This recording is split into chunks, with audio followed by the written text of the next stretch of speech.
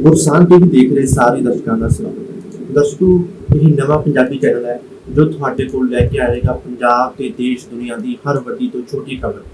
ਇਸ ਵਿੱਚ ਸਿਰਫ ਆਪਾਂ ਤੁਹਾਨੂੰ ਇੱਕ ਖਬਰਾਂ ਦੇ ਤੌਰ ਤੇ ਸਿਰਫ ਇਨਫੋਰਮੇਸ਼ਨ ਹੀ ਨਹੀਂ ਬਲਕਿ ਦੁਨੀਆ ਅਤੇ ਸਮਾਜ ਦੀ ਸਾਰੀ ਇੱਕ ਨੌਲੇਜ ਵੀ ਦੇਵਾਂਗੇ, ਯਾਨੀ ਕਿ ਇਨਫੋਰਮੇਸ਼ਨ ਦੇ ਨਾਲ ਤੁਹਾਨੂੰ ਨੌਲੇਜ ਵੀ ਪ੍ਰੋਵਾਈਡ ਕਰਵਾਈ ਜਾਵੇਗੀ।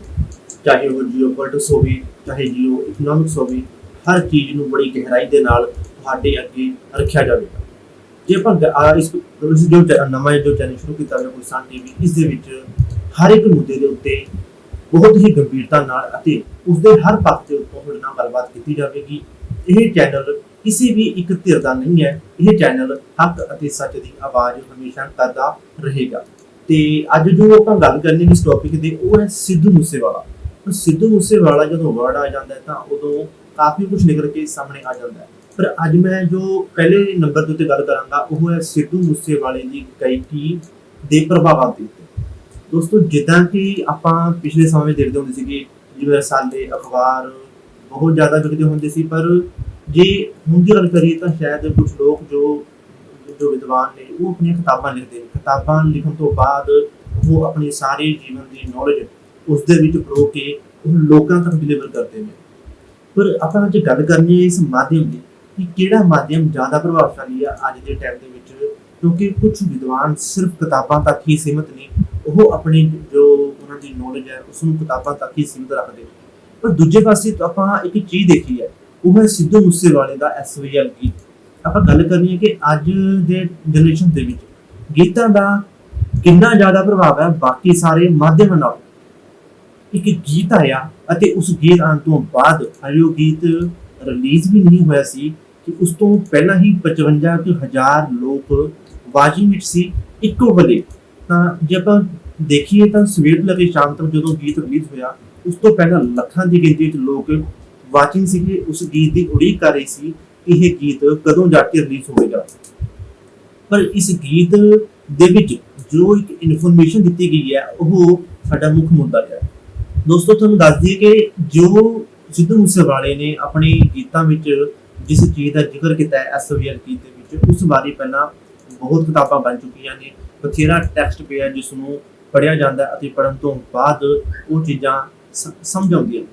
ਪਰ ਜੇ ਗੱਲ ਕਰੀਏ ਆਪਾਂ ਕਿ ਉਹਨਾਂ ਕਿਤਾਬਾਂ ਨੂੰ ਅੱਜ ਦੇ ਟਾਈਮ ਵਿੱਚ ਕੌਣ ਪੜ੍ਹਦਾ ਹੈ, ਸ਼ਾਇਦ ਅੱਜ ਦੀ ਜਨਰੇਸ਼ਨ ਉਹਨਾਂ ਕਿਤਾਬਾਂ ਨੂੰ ਪੜ੍ਹਨ ਤੋਂ ਬਹੁਤ ਦੂਰ ਹੈ, ਉਹ ਨਹੀਂ ਪਸੰਦ ਕਰਦੀ ਕਿਤਾਬਾਂ ਨੂੰ ਪੜ੍ਹਨ ਤੋਂ। ਤਾਂ ਸਭ ਤੋਂ ਵੱਡਾ ਜੋ ਮਾਧਿਅਮ ਹੈ ਉਹ ਗੀਤ ਹੈ। ਇਹ ਗੀਤ ਰਾਹੀਂ ਇਸ ਇਸ਼ੂ ਨੂੰ ਇੰਨੇ ਵੱਡੇ ਪੱਧਰ ਤੇ ਚੱਕਿਆ ਗਿਆ ਜੋ ਸ਼ਾਇਦ ਪਹਿਲਾਂ ਬਥੇਰੀਆਂ ਇਹਨਾਂ ਦੇ ਉੱਤੇ ਟੀਵੀ ਡਿਬੇਟਾਂ ਹੋ ਚੁੱਕੀਆਂ ਨੇ, ਬਥੇਰੇ ਇਸ ਦੇ ਉੱਤੇ ਆਰਟੀਕਲ ਛਪ ਚੁੱਕੇ ਨੇ, ਬੁੱਕਾਂ ਛਪ ਚੁੱਕੀਆਂ ਨੇ, ਬੁੱਕਸ ਕਾਫੀ ਜ਼ਿਆਦਾ ਛਪ ਚੁੱਕੀਆਂ ਨੇ, ਪਰ ਕਦੇ ਵੀ ਇਸ ਇਸ਼ੂ ਨੂੰ ਇੰਨਾ ਜ਼ਿਆਦਾ ਆਪਣਾ ਵਿਸਥਾਰ ਜਿਹੜਾ ਹੈ ਉਹ ਨਹੀਂ ਮਿਲਿਆ। ਹੁਣ ਜੋ ਗੱਲ ਸੀ ਆਪਣੀ ਹੋਈ ਸੀ ਕਿ ਜੋ ਗੀਤ ਨੇ ਇਹ ਆਪਣਾ ਕਿੰਨਾ ਜ਼ਿਆਦਾ ਪ੍ਰਭਾਵ ਪਾਉਂਦੇ ਨੇ ਅੱਜ ਦੀ ਜਨਰੇਸ਼ਨ ਦੇ ਵਿੱਚ। ਯਾਨੀ ਕਿ ਜੇ ਕੋਈ ਪੰਜਾਬ ਦਾ ਬੜੇ ਤੋਂ ਬੜਾ ਕੋਈ ਜੇ ਇਸ਼ੂ ਹੈ ਜਿਹਦੇ ਵਿਚਾਰ ਨੇ ਤਾਂ ਉਹਨਾਂ ਸਾਰਿਆਂ ਨੂੰ ਹੀ ਗੀਤਾਂ ਰਾਹੀਂ ਜਨਤਾ ਦੇ ਅੱਗੇ ਲਿਆਉਣਾ ਚਾਹੀਦਾ ਹੈ। ਮਤਲਬ ਸਿੱਧੂ ਮੂਸੇਵਾਲੇ ਦੇ SVL ਗੀਤ ਵਿੱਚ ਉਹ ਬੜੇ ਤੋਂ ਬੜੇ ਇਸ਼ੂ ਇੰਨੀ ਖੂਬਸੂਰਤੀ ਨਾਲ ਸਾਹਮਣੇ ਲਿਆਂਦੇ ਗਏ ਨੇ, ਸ਼ਾਇਦ ਜੋ ਪਹਿਲਾਂ ਜੋ ਜਨਰੇਸ਼ਨ ਹੈ ਉਸ ਨੂੰ ਨਹੀਂ ਪਤਾ ਸੀ ਕਿ ਇਹ ਚੀਜ਼ਾਂ ਕੀ ਨੇ। ਚਾਹੇ ਜਦੋਂ ਜੋ ਚੀਜ਼ਾਂ ਦਾ ਜ਼ਿਕਰ ਸਿੱਧੂ ਮੂਸੇਵਾਲੇ ਦੇ ਗੀਤ ਵਿੱਚ ਹੋਇਆ, ਉਹਨਾਂ ਸਾਰੀਆਂ ਚੀਜ਼ਾਂ ਦੇ ਉੱਤੇ ਗੂਗਲ ਦੇ ਉੱਤੇ ਕਾਫੀ ਜ਼ਿਆਦਾ ਸਰਚ ਵੱਜੀ ਹੈ, ਲੋਕਾਂ ਨੇ ਉਹਨਾਂ ਨੂੰ ਲੱਭਣਾ ਸ਼ੁਰੂ ਕੀਤਾ ਹੈ ਕਿ ਇਹ ਚੀਜ਼ ਕਦੋਂ, ਕਿੱਥੇ ਅਤੇ ਕਿਵੇਂ ਇਸ ਦੀ ਸ਼ੁਰੂਆਤ ਹੋਈ ਸੀ। ਇਸ ਸਾਰੇ ਇਸ਼ੂ ਨੂੰ ਬੜੀ ਚੰਗੀ ਤਰ੍ਹਾਂ ਦੇ ਨਾਲ ਕਹਿ ਲਓ ਕਿ ਬੜੀ ਖੂਬਸੂਰਤੀ ਨਾਲ ਸਿੱਧੂ ਮੂਸੇਵਾਲੇ ਵੱਲੋਂ ਪੇਸ਼ ਕੀਤਾ ਗਿਆ, ਜੋ ਸ਼ਾਇਦ ਪਹਿਲਾਂ ਇੰਨੀ ਖੂਬਸੂਰਤੀ ਤੇ ਇੰਨੇ ਵਧੀਆ ਢੰਗ ਦੇ ਨਾਲ ਨਹੀਂ ਵੀ ਸਾਹਮਣੇ ਆਇਆ ਸੀ। ਇੱਥੇ ਇਸ ਗੀਤ ਤੋਂ ਕਈ ਕੁਝ ਚੀਜ਼ਾਂ ਸਾਹਮਣੇ ਆ ਚੁੱਕੀਆਂ ਨੇ ਕਿ ਪੰਜਾਬ ਦੇ ਕਿਸੇ ਵੀ ਇਸ਼ੂ ਨੂੰ ਜੇ ਗੀਤਾਂ ਰਾਹੀਂ ਜੇ ਅੱਗੇ ਲਿਆਂਦਾ ਜਾਵੇਗਾ ਤਾਂ ਉਹ ਇੱਕ ਤਾਂ ਬਹੁਤ ਵੱਡੇ ਪੱਧਰ ਦੇ ਉੱਤੇ ਅੱਗੇ ਲਿਆਂਦਾ ਜਾ ਸਕਦਾ ਹੈ ਅਤੇ ਬਹੁਤ ਘੱਟ ਸਮੇਂ ਦੇ ਵਿੱਚ। ਯਾਨੀ ਕਿ ਗੀਤ ਸਿਰਫ 3 ਤੋਂ 4 ਮਿੰਟ ਦਾ ਬੜੀ ਮੁਸ਼ਕਿਲ ਨਾਲ ਹੀ ਹੁੰਦਾ ਹੈ। ਇੰਨੇ ਕਿ ਮਿੰਟਾਂ ਦੇ ਵਿੱਚ, ਕੁਝ ਮਿੰਟਾਂ ਦੇ ਵਿੱਚ ਇੱਕ ਪੂਰਾ ਦਾ ਪੂਰਾ ਇਸ਼ੂ ਹੈ ਉਹ ਆਪਣੇ ਆਪ ਦੇ ਵਿੱਚ ਹਾਈਲਾਈਟ ਹੋ ਜਾਂਦਾ ਹੈ। ਤੇ ਇਹ ਚੀਜ਼ ਜੇ ਆਪਾਂ ਐਕਸਪੈਕਟ ਕਰਦੇ ਹਾਂ ਦੂਜੇ ਸਿੰਗਰਾਂ ਤੋਂ ਕਿ ਉਹ ਵੀ ਸਮਾਜ ਨੂੰ ਧਾਰਮਿਕ ਤੇ ਰਾਜਨੀਤਿਕ ਤੌਰ ਤੇ ਚੰਗੀਆਂ ਚੀਜ਼ਾਂ ਉਹ ਅੱਗੇ ਲੈ ਕੇ ਆਉਣ। ਜੇ ਪਹਿਲਾਂ ਹੁਣ ਗੱਲਾਂ ਕੀਤੀ ਜਾਂਦੀਆਂ ਸਨ ਕਿ ਸਿਰਫ ਭੜਕਾਊ ਗੀਤ ਜਾਂ ਉਹੋ ਜਿਹੇ ਗੀਤ ਜਿਹੜੇ ਆਬਜੈਕਸ਼ਨੇਬਲ ਸੀਗੇ ਉਹ ਗੀਤ ਗਾਏ ਜਾਂਦੇ ਸੀ, ਤੇ ਉਹਨਾਂ ਸਿੰਗਰਾਂ ਨੂੰ ਜਦੋਂ ਪੁੱਛਿਆ ਜਾਂਦਾ ਸੀ ਕਿ ਤੁਸੀਂ ਇਹ ਗੀਤ ਕਿਉਂ ਗਾਉਂਦੇ ਹੋ ਤਾਂ ਉਹਨਾਂ ਦਾ ਅਕਸਰ ਹੀ ਇਹ ਜਵਾਬ ਹੁੰਦਾ ਸੀ ਕਿ ਜੋ ਲੋਕ ਜੋ ਸੁਣਨਾ ਚਾਹੁੰਦੇ ਆ ਅਸੀਂ ਉਹੀ ਦੇਣਾ ਚਾਹੁੰਦੇ ਹਾਂ। ਹੁਣ ਇਹ ਗੱਲ ਝੂਠੀ ਪਾ ਦਿੱਤੀ ਹੈ ਸਿੱਧੂ ਮੂਸੇਵਾਲੇ ਦੇ ਐਸਓਵੀਐਲ ਗੀਤ ਨੇ ਤੇ ਉਰੇ ਮੇਰਾ ਉਹਨਾਂ ਸਿੰਗਰਾਂ ਨੂੰ ਸਵਾਲ ਹੈ ਕਿ ਜੇ ਤੁਹਾਡੇ ਅੰਦਰ ਕਾਬਲੀਅਤ ਨਹੀਂ ਹੈ ਕਿ ਤੁਸੀਂ ਇੱਕ ਨਵੀਂ ਚੀਜ਼ ਸਮਾਜ ਨੂੰ ਦੇ ਸਕੋ ਅਤੇ ਕਿ ਤੁਸੀਂ ਰਿਸਕ ਲੈਣ ਤੋਂ ਇੰਨਾ ਡਰਦੇ ਕਿਉਂ? ਤੁਸੀਂ ਕੋਸ਼ਿਸ਼ ਤਾਂ ਕਰਕੇ ਦੇਖੋ, ਤੁਸੀਂ ਇੱਕ ਨਵੀਂ ਚੀਜ਼ ਸਮਾਜ ਨੂੰ ਦੇਣ ਦੀ ਕੋਸ਼ਿਸ਼ ਤਾਂ ਕਰੋ। ਤੁਹਾਡੀ ਕੋਸ਼ਿਸ਼ ਕਰਨ ਦੇ ਨਾਲ ਸ਼ਾਇਦ ਜੋ ਵੀ ਤੁਸੀਂ ਦੇਣਾ ਚਾਹੋ ਲੋਕ ਉਹਨਾਂ ਨਾਲ ਜੁੜਨਗੇ। ਇਸ ਦੀ ਉਦਾਹਰਨ ਸਿੱਧੂ ਮੂਸੇਵਾਲੇ ਦਾ ਐਸਓਵੀਐਲ ਗੀਤ ਹੈ। ਉਸਦੇ ਇਸ ਪੰਜਾਬ ਦੇ ਇਸ਼ੂ ਦੇ ਉੱਤੇ ਗਾਏ ਹੋਏ ਗੀਤ ਨੂੰ ਲੋਕਾਂ ਵੱਲੋਂ ਇੰਨਾ ਜ਼ਿਆਦਾ ਜੋ ਪਿਆਰ ਮਿਲਿਆ ਉਹ ਤੁਹਾਡੇ ਤੇ ਮੇਰੇ ਸਾਹਮਣੇ। ਹਾਲਾਂਕਿ ਇਸ ਗੀਤ ਦੇ ਰਿਲੀਜ਼ ਹੋਣ ਤੋਂ ਬਾਅਦ ਕਈ ਤਰ੍ਹਾਂ ਦੇ ਵਿਵਾਦ ਖੜੇ ਹੋਏ। ਪਹਿਲਾਂ ਤਾਂ ਇਸ ਗੀਤ ਨੂੰ ਬੰਦ ਕਰ ਦਿੱਤਾ ਗਿਆ। ਹੁਣ ਗੀਤ ਨੂੰ ਬੰਦ ਕਰਨ ਦੇ ਕਈ ਕਾਰਨ ਹੋ ਸਕਦੇ ਨੇ। ਕਿਉਂ? ਅਸਲ ਕਾਰਨ ਕੀ ਹੈ ਗੀਤ ਨੂੰ? ਕਿਉਂਕਿ ਜੋ ਸਿੱਧੂ ਮੂਸੇਵਾਲੇ ਨੇ ਆਪਣੇ ਗੀਤਾਂ ਵਿੱਚ ਕੀਤਾ ਹੈ ਇਹ ਕੋਈ ਨਵੀਆਂ ਗੱਲਾਂ ਤਾਂ ਸਿੱਧੂ ਮੂਸੇਵਾਲੇ ਵੱਲੋਂ ਨਹੀਂ ਕੀਤੀਆਂ ਗਈਆਂ ਸਨ। ਇਸ ਤੋਂ ਪਹਿਲਾਂ ਵੀ ਬਹੁਤ ਵਾਰ ਇਹਨਾਂ ਮੁੱਦਿਆਂ ਨੂੰ ਕਾਫੀ ਜ਼ਿਆਦਾ ਵਿਚਾਰਿਆ ਗਿਆ ਤੇ ਬੜਾ ਖੁੱਲ੍ਹ ਕੇ ਵਿਚਾਰਿਆ ਗਿਆ ਤੇ ਕਾਫੀ ਲੰਬੇ ਸਮੇਂ ਤੋਂ ਇਹਨਾਂ ਦੇ ਉੱਤੇ ਇਸ ਤਰੀਕੇ ਨਾਲ ਵਿਚਾਰਾਂ ਹੁੰਦੀਆਂ ਆ ਰਹੀਆਂ ਨੇ ਤੇ ਸਿੱਧੂ ਮੂਸੇਵਾਲੇ ਨੇ ਕੋਈ ਨਵੀਂ ਗੱਲ ਇਹਦੇ ਵਿੱਚ ਤਾਂ ਨਹੀਂ ਦੱਸੀ ਸੀ ਕਿ ਇਸ ਨੂੰ ਬੰਦ ਕਰ ਦਿੱਤਾ ਜਾਣਾ ਚਾਹੀਦਾ ਸੀ। ਦੂਜੀ ਗੱਲ, ਇਸ ਨੂੰ ਬੰਦ ਕਰਨ ਦਾ ਕਾਰਨ ਜੋ ਆਪਾਂ ਹੁਣੇ ਗੱਲ ਕੀਤੀ ਹੈ ਕਿ ਇਹ ਤਾਂ ਨਹੀਂ ਹੈ ਕਿ ਇਹ ਨਵੀਂ ਗੱਲਾਂ, ਇਹ ਗੱਲਾਂ ਤਾਂ ਸ਼ੁਰੂ ਤੋਂ ਹੁੰਦੀਆਂ ਆ ਰਹੀਆਂ ਨੇ ਕਾਫੀ ਲੰਬੇ ਸਮੇਂ ਤੋਂ। ਇਹਨਾਂ ਗੱਲਾਂ ਦੇ ਉੱਤੇ ਕਈ ਬੁੱਕਾਂ ਵੀ ਛਪ ਕਈ ਬੁੱਕਸ ਵੀ ਜੋ ਛਪ ਚੁੱਕੀਆਂ ਨੇ, ਬਥੇਰੇ ਇੰਟਰਵਿਊਜ਼ ਹੋ ਚੁੱਕੀਆਂ ਨੇ, ਹਰੇਕ ਵਿਦਵਾਨ ਆਪਣੇ ਵਿਚਾਰ ਦੇ ਚੁੱਕੇ ਆ, ਕਾਫੀ ਇਹਨਾਂ ਮੁੱਦਿਆਂ ਦੇ ਉੱਤੇ ਸੰਘਰਸ਼ ਬਹੁਤ ਹੋ ਚੁੱਕੇ ਆ ਤੇ ਨਵਾਂ ਕੁਝ ਵੀ ਨਹੀਂ ਸੀ। ਫਿਰ ਇਸ ਗੀਤ ਨੂੰ ਕਿਵੇਂ ਲੱਗ ਸੀ ਵਾਕਿਆ ਨਾ? ਕਾਰਨ ਇਸਦਾ ਇਹੀ ਸੀ ਕਿ ਇਹ ਜਿਹੜਾ ਮਾਧਿਅਮ ਹੈ ਜੋ ਗਾਣਿਆਂ ਰਾਹੀਂ ਗੀਤ ਰਾਹੀਂ ਅੱਗੇ ਲਿਆਂਦਾ ਗਿਆ ਇਹ ਇੰਨਾ ਬਰੋਡ ਮਾਧਿਅਮ ਹੈ ਕਿ ਕੁਝ ਹੀ ਮਿੰਟਾਂ ਦੇ ਵਿੱਚ ਇਹ ਗੀਤ ਯਾਨੀ ਕਿ ਘੰਟਿਆਂ ਦੇ ਵਿੱਚ ਇਹ ਗੀਤ ਕਈ ਲੱਖਾਂ ਲੋਕਾਂ ਤੱਕ ਪਹੁੰਚਣ ਵਿੱਚ ਸਫਲ ਹੋ ਗਿਆ ਸੀ।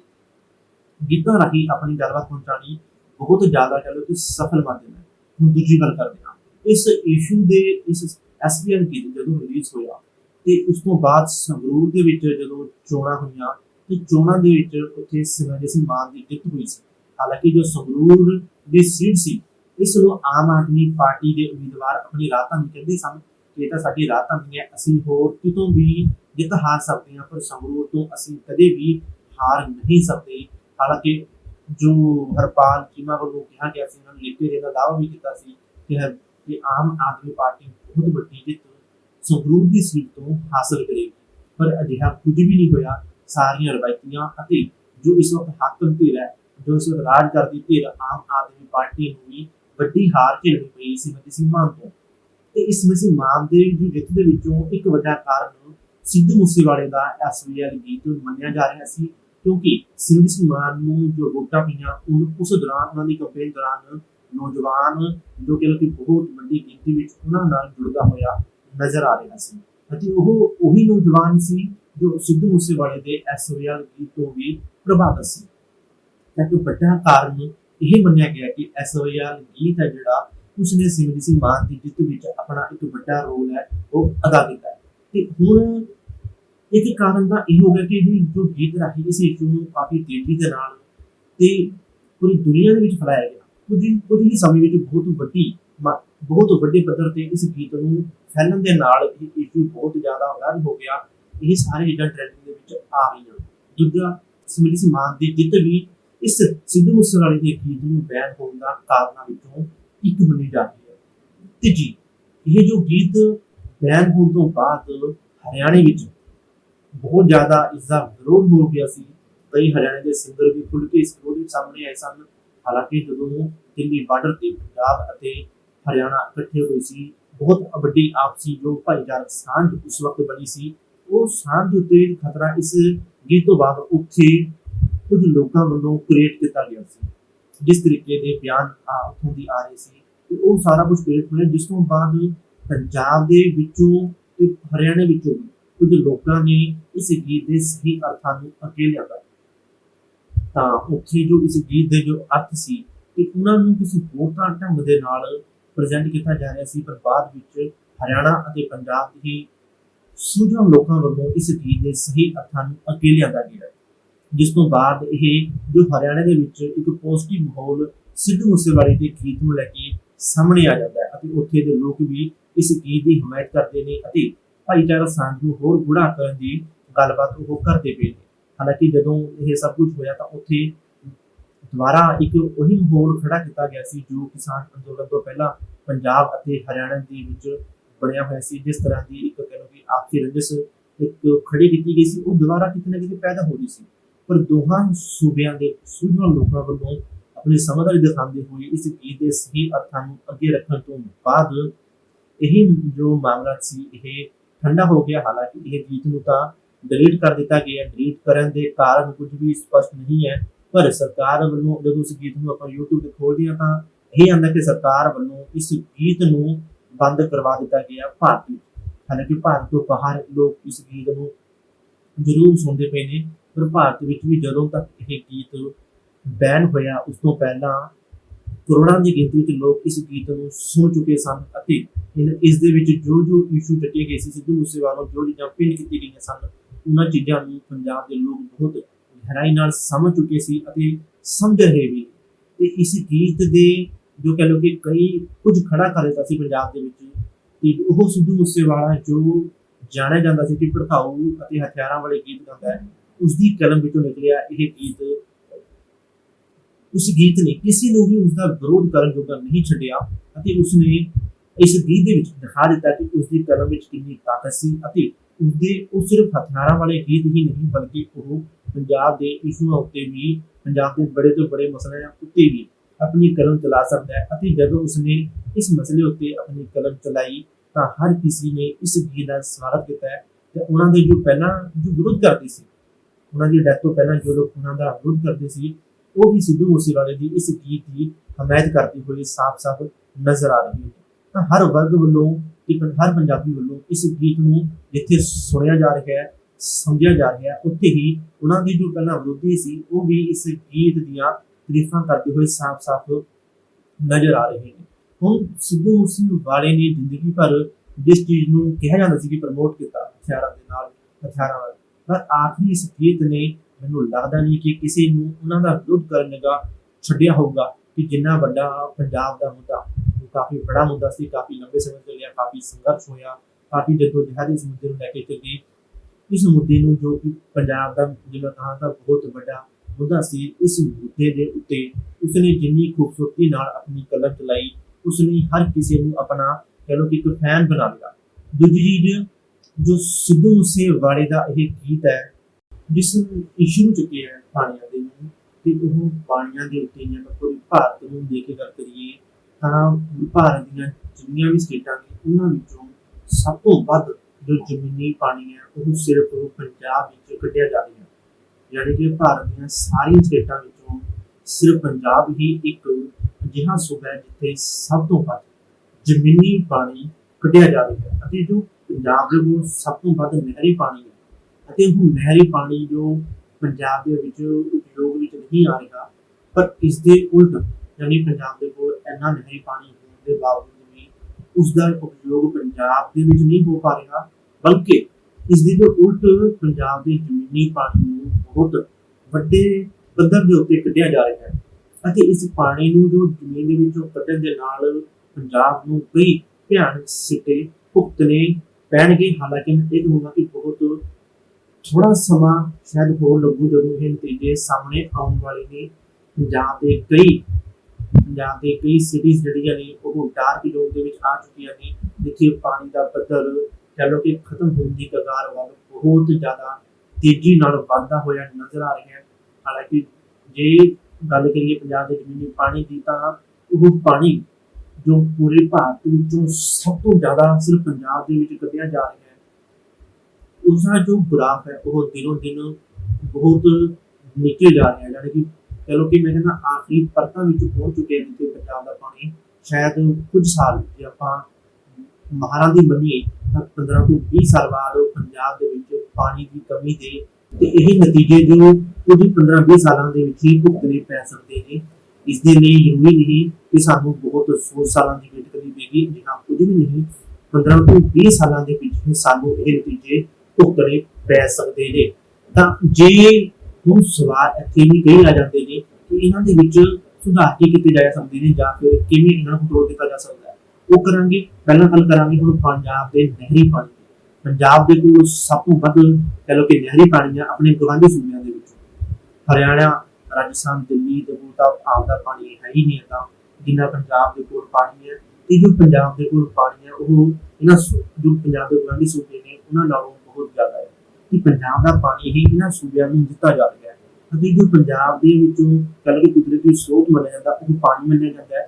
ਉਹਦੇ ਰਾਜਨੀਤਿਕ ਅਤੇ ਮਾਹਰ ਕਹਿੰਦੇ ਨੇ ਕਿ ਜਿਵੇਂ ਰਾਜਸਥਾਨ ਦੇ ਕੋਲ ਸੰਗਮਰਮਰ ਹੈ, ਹੋਰ ਸਟੇਟਸ ਦੇ ਕੋਲ ਆਪਣੇ ਜਿਹੜੇ ਕੁਦਰਤੀ ਜੋ ਸਾਧਨ ਹੁੰਦੇ ਨੇ ਉਹ ਜਦੋਂ ਆਪਣੇ ਕੁਦਰਤੀ ਸਰੋਤ ਨੇ ਜਿਹੜੇ ਉਹ ਦੂਜੇ ਸੂਬੇ ਨੂੰ ਦਿੰਦੇ ਨੇ ਤਾਂ ਉਹ ਉਹਨਾਂ ਦਾ ਕਹਿ ਲਓ ਕਿ ਉਹਨਾਂ ਦੇ ਪੈਸੇ ਲੈਂਦੇ ਨੇ, ਉਸਦੀ ਵਸੂਲੀ ਕਰ ਲੈਂਦੇ ਨੇ। ਪੰਜਾਬ ਦੇ ਕੋਲ ਜਿਹੜਾ ਕੁਦਰਤੀ ਸਰੋਤ ਹੈ ਉਹ ਪਾਣੀ ਹੈ। ਹਾਲਾਂਕਿ ਪੰਜਾਬ ਪਾਣੀ ਦੂਜੀ ਸਟੇਟਾਂ ਨੂੰ ਦਿੰਦਾ ਹੈ ਪਰ ਉਹਦੇ ਕੁਝ ਵੀ ਉਸਦੇ ਵਿੱਚੋਂ ਉਸਦਾ ਕੁਝ ਵੀ ਉਸਨੂੰ ਕਹਿ ਲਓ ਕਿ ਮਿਲਦਾ ਨਹੀਂ, ਬਦਲੇ ਵਿੱਚ ਉਹ ਸਭ ਫਰੀ ਦੇ ਵਿੱਚ ਹੀ ਪੰਜਾਬ ਦਾ ਪਾਣੀ ਜਾ ਰਿਹਾ ਹੈ। ਇਸ ਦੇ ਲਈ ਰਿਪੇਰੀਅਨ ਜੋ ਕਾਨੂੰਨ ਹੈ ਉਸਦੀ ਗੱਲਬਾਤ ਹਮੇਸ਼ਾ ਕੀਤੀ ਜਾਂਦੀ ਹੈ ਕਿ ਪੰਜਾਬ ਦੇ ਪਾਣੀ ਦੇ ਉੱਤੇ ਸਿਰਫ ਪੰਜਾਬ ਦਾ ਹੀ ਅਧਿਕਾਰ ਹੈ, ਪਰ ਪੰਜਾਬ ਦੀ ਮਰਜ਼ੀ ਤੋਂ ਬਿਨਾਂ ਇਹ ਸਾਰਾ ਪਾਣੀ ਦੂਜੇ ਸੂਬਿਆਂ ਨੂੰ ਲਗਾਤਾਰ ਦਿੱਤਾ ਜਾ ਰਿਹਾ ਹੈ। ਤੇ ਇਸ ਦੇ ਤਹਿਤ ਹੀ ਜੋ ਪੰਜਾਬ ਦਾ ਪਾਣੀ ਹੈ ਉਹ ਹਾਲਾਂਕਿ ਕੁਝ ਪੰਜਾਬ ਦੇ ਰਾਜਨੀਤਿਕ ਲੋਕ ਇਹ ਵੀ ਕਹਿੰਦੇ ਨੇ ਕਿ ਸਾਨੂੰ ਦੂਜੇ ਸੂਬਿਆਂ ਨੂੰ ਜੋ ਪਾਣੀ ਜਾ ਰਿਹਾ ਉਸ ਨੂੰ ਦੇਣ ਦੀ ਸਾਨੂੰ ਕੋਈ ਤਕਲੀਫ ਨਹੀਂ, ਪਹਿਲਾਂ ਪੰਜਾਬ ਦਾ ਘਰ ਪੂਰਾ ਕਰ ਦਿੱਤਾ ਜਾਵੇ, ਪਹਿਲਾਂ ਪੰਜਾਬ ਨੂੰ ਜੋ ਪੰਜਾਬ ਦਾ ਨਹਿਰੀ ਪਾਣੀ ਹੈ ਉਸ ਦੇ ਨਾਲ ਭਰ ਦਿੱਤਾ ਜਾਵੇ, ਉਸ ਤੋਂ ਬਾਅਦ ਜੇ ਪਾਣੀ ਬਚਦਾ ਤਾਂ ਉਹ ਦੂਜੇ ਸੂਬਿਆਂ ਨੂੰ ਦਿੱਤਾ ਜਾਵੇ। ਪਰ ਕਈ ਤਰ੍ਹਾਂ ਦੇ ਲੋੜੀ ਜਿਵੇਂ SYL ਜੋ ਕਾਫੀ ਜ਼ਿਆਦਾ ਬਾਅਦ ਵਿੱਚ ਇਹ ਇਸ਼ੂ ਰਿਹਾ ਸੀ, ਇਸ ਤੋਂ ਬਾਅਦ ਜੋ ਇੰਦਰਾ ਗਾਂਧੀ ਜੋ ਨਹਿਰ ਹੈ ਉਹ ਜੋ ਪੰਜਾਬ ਤੋਂ ਰਾਜਸਥਾਨ ਜਾ ਰਹੀ ਹੈ, ਇਹਨਾਂ ਸਾਰਿਆਂ ਦੇ ਉੱਤੇ ਕਈ ਤਰ੍ਹਾਂ ਦੇ ਬਾਤ ਖੜੇ ਹੁੰਦੇ ਨੇ, ਸਵਾਲ ਖੜੇ ਹੁੰਦੇ ਨੇ ਅਤੇ ਪੰਜਾਬ ਅਕਸਰ ਹੀ ਆਪਣੇ ਪਾਣੀਆਂ ਨੂੰ ਲੈ ਕੇ ਸੈਂਟਰ ਦੇ ਨਾਲ ਹਮੇਸ਼ਾ ਭਿੜਦਾ ਹੋਇਆ ਨਜ਼ਰ ਆਉਂਦਾ ਹੈ। ਹਮੇਸ਼ਾ ਹੀ ਉਹ ਪੰਜਾਬ ਦੇ ਜੋ ਕਹਿ ਲਓ ਕਿ ਕੇਂਦਰ ਪਾਣੀ ਨੂੰ ਲੈ ਕੇ ਆਪਸ ਵਿੱਚ ਕਈ ਵਾਰ ਆਮੋ ਸਾਹਮਣੇ ਹੋ ਚੁੱਕੇ ਨੇ। ਇਹਨਾਂ ਮੁੱਦਿਆਂ ਦੇ ਉੱਤੇ ਕਈ ਕਹਿ ਲਓ ਕਿ ਕਾਨੂੰਨ ਬਣੇ ਨੇ ਅਤੇ ਲਗਾਤਾਰ SYL ਹੋਇਆ, ਚਾਹੇ ਜੋ ਇੰਦਰਾ ਗਾਂਧੀ ਕੈਨਾਲ ਹੈ, ਇਹ ਜੋ ਪਾਣੀ ਤੇ ਹੁਣ ਜੋ ਇੰਦਰਾ ਗਾਂਧੀ ਕੈਨਾਲ ਹੈ ਉਸ ਦੀ ਰਿਪੇਅਰ ਕੀਤੀ ਜਾ ਰਹੀ ਹੈ। ਤੇ ਮਾਹਰਾਂ ਦਾ ਇਹ ਵੀ ਕਹਿਣਾ ਹੈ ਕਿ ਜੇ ਇੰਦਰਾ ਗਾਂਧੀ ਜੋ ਕੈਨਾਲ ਦੀ ਰਿਪੇਅਰ ਹੋ ਜਾਂਦੀ ਹੈ ਤਾਂ ਇਹ ਜਿਹੜਾ ਪਾਣੀ ਹੈ ਇਹ ਪਹਿਲਾਂ ਨਾਲੋਂ ਵੀ ਜ਼ਿਆਦਾ ਮਾਤਰਾ ਦੇ ਵਿੱਚ ਹਰਿਆਣੇ ਨੂੰ ਜਾਵੇਗਾ।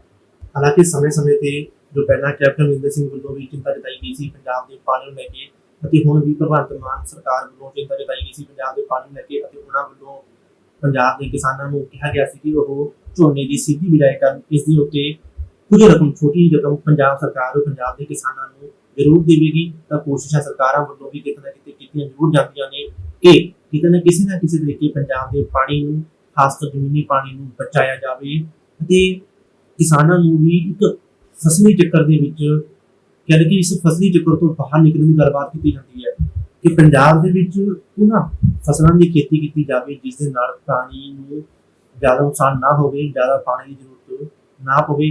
ਕਿਸਾਨ ਵੀ ਆਪਣੀ ਥਾਂ ਤੇ ਮਜਬੂਰ ਨੇ, ਉਹਨਾਂ ਨੂੰ ਦੂਜੀ ਫਸਲਾਂ ਦੇ ਉੱਤੇ ਉਹ ਰੇਟ ਨਹੀਂ ਮਿਲਦੇ ਜੋ ਇਹਨਾਂ ਕਣਕ ਅਤੇ ਝੋਨੇ ਦੀ ਫਸਲ ਦੇ ਉੱਤੇ ਮਿਲਦੇ ਨੇ। ਤਾਂ ਇੱਕ ਸਰਕਲ ਹੈ ਜੋ ਉਹ ਇਸ ਵਕਤ ਕਹਿ ਲਓ ਕਿ ਅਜਿਹਾ ਬਣਿਆ ਹੋਇਆ ਹੈ ਕਿ ਕਿਸਾਨ ਆਪਣੀ ਥਾਂ ਤੇ ਮਜਬੂਰ ਨੇ, ਉਹ ਨਾ ਚਾਹੁੰਦੇ ਹੋਏ ਵੀ ਉਹਨਾਂ ਫਸਲਾਂ ਨੂੰ ਬੀਜਣਾ ਹੀ ਪੈਂਦਾ ਹੈ ਜੋ ਪਾਣੀ ਨੂੰ ਜਿਨ੍ਹਾਂ ਦੇ ਉੱਤੇ ਪਾਣੀ ਦੀ ਵੱਧ ਵਰਤੋਂ ਹੁੰਦੀ ਹੈ। ਤੇ ਹੁਣ ਆਪਾਂ ਜੋ ਆਪਣੇ ਅਗਲੇ ਇਸ਼ੂ ਦੇ ਉੱਤੇ ਗੱਲਬਾਤ ਕਰਦੇ ਹਾਂ ਜੋ ਕਿ ਪੰਜਾਬ ਵਿੱਚ ਨਵੇਂ ਮੰਤਰੀਆਂ ਨੂੰ ਸਹੁੰ ਚੁਕਾਈਆਂ ਗਈਆਂ ਨੇ। ਉਹਨਾਂ ਦੇ ਜੇ ਆਪਾਂ ਗੱਲਬਾਤ ਕਰੀਏ ਤਾਂ ਇਸ ਵਕਤ ਪੰਜਾਬ ਦੇ ਵਿੱਚ ਆਮ ਆਦਮੀ ਪਾਰਟੀ ਦੀ ਸਰਕਾਰ ਵੱਲੋਂ 3.5 ਮਹੀਨਿਆਂ ਬਾਅਦ ਜੋ ਆਪਣੇ ਨਵੇਂ ਮੰਤਰੀਆਂ ਨੂੰ ਸਹੁੰ ਚੁਕਾਈਆਂ ਗਈਆਂ ਨੇ, ਉਹਨਾਂ ਦੇ ਵਿੱਚ ਜੋ ਮੰਤਰੀ ਮੰਡਲ ਵਿੱਚ ਵਿਸਥਾਰ ਕੀਤਾ ਗਿਆ ਉਹਦੇ ਵਿੱਚ 5 ਨਵੇਂ ਚਿਹਰੇ ਨੂੰ ਮੋਹਰ ਦਿੱਤਾ ਗਿਆ, ਜਿਨ੍ਹਾਂ ਵਿੱਚ ਅਮਨ ਅਰੋੜਾ, ਡਾਕਟਰ ਇੰਦਰਵੀਰ ਸਿੰਘ ਨਿੱਜਰ, ਚੇਤਨ ਸਿੰਘ ਜੋੜੇ-ਮਾਜਰਾ, ਫੌਜਾ ਸਿੰਘ ਅਤੇ ਅਨਮੋਲ ਗਗਨ ਮਾਨ ਦੇ ਨਾਮ ਸ਼ਾਮਲ ਹਨ। ਚੰਡੀਗੜ੍ਹ ਸਥਿਤ ਪੰਜਾਬ ਰਾਜ ਭਵਨ ਵਿੱਚ ਰਾਜਪਾਲ ਅਤੇ ਯੂਪੀ ਦੇ ਪ੍ਰਸ਼ਾਸਨਕ ਬਨਵਾਰੀ ਲਾਲ ਪ੍ਰੋਹਤ ਨੇ ਉਹਨਾਂ ਨੂੰ ਅਹੁਦੇ ਤੇ ਭੇਦ ਗੁਪਤ ਰੱਖਣ ਦੀ ਸਹੁੰ ਚੁਕਾਈ। ਸਾਰੇ ਵਿਧਾਇਕਾਂ ਨੇ ਪੰਜਾਬ ਵਿੱਚ ਹਲਫ ਲਿਆ। ਇਸ ਮੌਕੇ ਪੰਜਾਬ ਦੇ ਮੁੱਖ ਮੰਤਰੀ ਭਗਵੰਤ ਮਾਨ ਵੀ ਹਾਜ਼ਰ ਸਨ।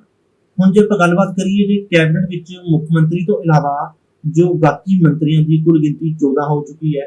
ਹਾਲ ਹੀ ਵਿੱਚ 3 ਮੰਤਰੀਆਂ ਦੀ ਥਾਂ ਖਾਲੀ ਹੈ। ਸ਼ਾਇਦ ਆਉਣ ਵਾਲੇ ਸਮੇਂ ਵਿੱਚ ਆਪਾਂ ਦੇਖੀਏ ਕਿ ਇਹਨਾਂ ਨੂੰ ਵੀ ਜਲਦ ਹੀ ਭਰਿਆ ਜਾ ਸਕਦਾ ਹੈ। ਤੇ ਇਸ ਮੌਕੇ ਮੁੱਖ ਮੰਤਰੀ ਭਗਵੰਤ ਮਾਨ ਵੱਲੋਂ ਕਿਹਾ ਗਿਆ ਹੈ ਉਹਨਾਂ ਇਸ ਮੌਕੇ ਪਰ ਵਜ਼ਾਰਤ ਵਿੱਚ ਵਿਸਥਾਰ ਤੋਂ ਬਾਅਦ ਮੁੱਖ ਮੰਤਰੀ ਭਗਵੰਤ ਮਾਨ ਨੇ ਪੱਤਰਕਾਰਾਂ ਨਾਲ ਗੱਲਬਾਤ ਕਰਦਿਆਂ ਕਿਹਾ ਕਿ ਆਪ ਸਰਕਾਰ ਨੇ ਪਹਿਲੇ ਦਿਨਾਂ ਤੋਂ ਭ੍ਰਿਸ਼ਟਾਚਾਰ ਤੇ ਨੱਥ ਪਾਉਣ ਤੇ ਜ਼ੋਰ ਦਿੱਤਾ ਹੈ ਅਤੇ ਇਹ ਮੁਹਿੰਮ ਭਵਿੱਖ ਵਿੱਚ ਵੀ ਜਾਰੀ ਰਹੇਗੀ। ਉਹਨਾਂ ਕਿਹਾ ਕਿ ਆਉਂਦੇ ਦਿਨਾਂ ਵਿੱਚ ਕੁਝ ਹੋਰ ਘਪਲਿਆਂ ਨੂੰ ਵੀ ਜਨਤਕ ਕੀਤਾ ਜਾ ਸਕਦਾ ਹੈ ਤਾਂ ਜੋ ਸੂਬੇ ਦੇ ਖਜ਼ਾਨੇ ਨੂੰ ਕਹਿ ਲਓ ਕਿ ਖੋਹਣ ਵਾਲਿਆਂ ਨੂੰ ਜੇਲ੍ਹਾਂ ਵਿੱਚ ਭੇਜਿਆ ਜਾ ਸਕੇ। ਅਤੇ ਕਿਉਂਕਿ ਸ਼ੁਰੂ ਤੋਂ ਹੀ ਭਗਵੰਤ ਮਾਨ ਜੋ ਕਹਿ ਲਓ ਕਿ ਆਮ ਆਦਮੀ ਪਾਰਟੀ ਸਰਕਾਰ ਇਹ ਪ੍ਰਚਾਰ ਕਰਦੀ ਆਈ ਹੈ ਕਿ ਉਹਨਾਂ ਦੀ ਜੋ ਸਰਕਾਰ ਹੈ ਉਹ ਇੱਕ ਇਮਾਨਦਾਰ ਹੈ ਅਤੇ ਭ੍ਰਿਸ਼ਟਾਚਾਰ ਦੇ ਵਿਰੁੱਧ ਹੀ ਅੰਦੋਲਨ ਦੇ ਵਿੱਚੋਂ ਨਿਕਲ ਕੇ ਇਹ ਆਮ ਆਦਮੀ ਪਾਰਟੀ ਦੀ ਸਰਕਾਰ ਜੋ ਹੈ ਬਣੀ ਹੈ। ਹੁਣ ਗੱਲ ਕਰਦੇ ਹਾਂ ਕਿ ਪੰਜਾਬ ਦੇ ਜੋ ਨਵੇਂ ਕਾਰਜਕਾਰੀ ਮੁਖੀ ਬਣੇ ਨੇ ਗੌਰਵ ਯਾਦਵ ਦੀ ਆਪਾਂ ਗੱਲ ਕਰੀਏ ਤਾਂ ਪੰਜਾਬ ਸਰਕਾਰ ਨੇ ਸੂਬਾਈ ਪੁਲਿਸ ਪ੍ਰਸ਼ਾਸਨ ਵਿੱਚ ਵੱਡੀ ਇਹ ਇੱਕ ਤਬਦੀਲੀ ਕੀਤੀ ਹੈ। ਹੁਣ ਦੱਸ ਦਈਏ ਕਿ ਤਬਦੀਲੀ ਕਰਦਿਆਂ 1992 ਬੈਂਚ ਦੇ ਆਈਪੀਐਸ ਅਧਿਕਾਰੀ ਗੌਰਵ ਯਾਦਵ ਨੂੰ ਸੂਬੇ ਦੇ ਡੀਜੀਪੀ ਦਾ ਚਾਰਜ ਦੇਣ ਸੰਬੰਧੀ ਹੁਕਮ ਜਾਰੀ ਕੀਤੇ ਗਏ ਨੇ। ਗ੍ਰਹਿ ਵਿਭਾਗ ਦੇ ਸੂਤਰਾਂ ਅਨੁਸਾਰ ਨਿਯੁਕਤੀ ਨੂੰ ਮੁੱਖ ਮੰਤਰੀ ਵੱਲੋਂ ਹਰੀ ਝੰਡੀ ਦੇ ਦਿੱਤੀ ਗਈ ਹੈ। ਤੁਹਾਨੂੰ ਦੱਸ ਦਈਏ ਕਿ ਸੂਬੇ ਦੇ ਜੋ ਮੌਜੂਦਾ ਡੀਜੀਪੀ ਨੇ ਉਹਨਾਂ ਵੱਲੋਂ 5 ਜੁਲਾਈ ਤੋਂ 2 ਮਹੀਨਿਆਂ ਦੀ ਛੁੱਟੀ ਤੇ ਹੋ ਗਏ ਨੇ। ਭਰੋਸੇਯੋਗ ਸੂਤਰਾਂ ਦਾ ਕਹਿਣਾ ਹੈ ਕਿ ਸੰਗਰੂਰ ਸੰਸਦੀ ਇਲਾਕੇ ਤੋਂ ਨਮੋਸ਼ੀ ਭਰੀ ਹਾਰ ਦਾ ਸਾਹਮਣਾ ਕਰਨ ਉਪਰੰਤ ਆਪ ਸਰਕਾਰ ਨੇ ਜੋ ਮੌਜੂਦਾ ਡੀਜੀਪੀ ਨੂੰ ਅਹੁਦਾ ਛੱਡਣ ਦੀ ਬੇਨਤੀ ਕਰਨ ਜਾਂ ਛੁੱਟੀ ਤੇ ਜਾਣ ਸੰਬੰਧੀ ਜ਼ੁਬਾਨੀ ਫਰਮਾਨ ਜਾਰੀ ਕਰ ਦਿੱਤਾ ਸੀ। ਇਸੇ ਦੌਰਾਨ ਜੋ ਮੌਜੂਦਾ ਡੀਜੀਪੀ ਨੇ ਕੇਂਦਰ ਸਰਕਾਰ ਵਿੱਚ ਡੈਪੂਟੇਸ਼ਨ ਤੇ ਜਾਣ ਸੰਬੰਧੀ ਵੀ ਅਪਲਾਈ ਕਰ ਦਿੱਤਾ ਸੀ, ਪਰ ਸਰਕਾਰ ਵੱਲੋਂ ਕਾਨੂੰਨ ਪ੍ਰਬੰਧ ਦੇ ਮੁੱਦੇ ਤੇ ਡੀਜੀਪੀ ਉੱਤੇ ਢਿੱਲੀ ਕਾਰਗੁਜ਼ਾਰੀ ਦੇ ਦੋਸ਼ ਲਾਉਂਦਿਆਂ ਇਸ ਵੱਡੀ ਤਬਦੀਲੀ ਦਾ ਫੈਸਲਾ ਕੀਤਾ ਸੀ। ਹੁਣ ਦੱਸ ਦਈਏ ਕਿ 1987 ਬੈਂਚ ਦੇ ਪੁਲਿਸ ਅਧਿਕਾਰੀ ਘਬਰਾ ਇਸ ਸਮੇਂ ਪੰਜਾਬ ਪੁਲਿਸ ਵਿੱਚ ਸਭ ਤੋਂ ਸੀਨੀਅਰ ਪੁਲਿਸ ਅਧਿਕਾਰੀ ਵਿੱਚੋਂ ਇੱਕ ਨੇ। ਹੁਣ ਵਧਦੇ ਹਾਂ ਆਪਾਂ ਆਪਣੀ ਅਗਲੀ ਖਬਰ ਦੇ ਵੱਲ। ਦਿੱਲੀ ਪੁਲਿਸ ਦੇ ਸਪੈਸ਼ਲ ਸੈੱਲ ਨੇ ਗਾਇਕ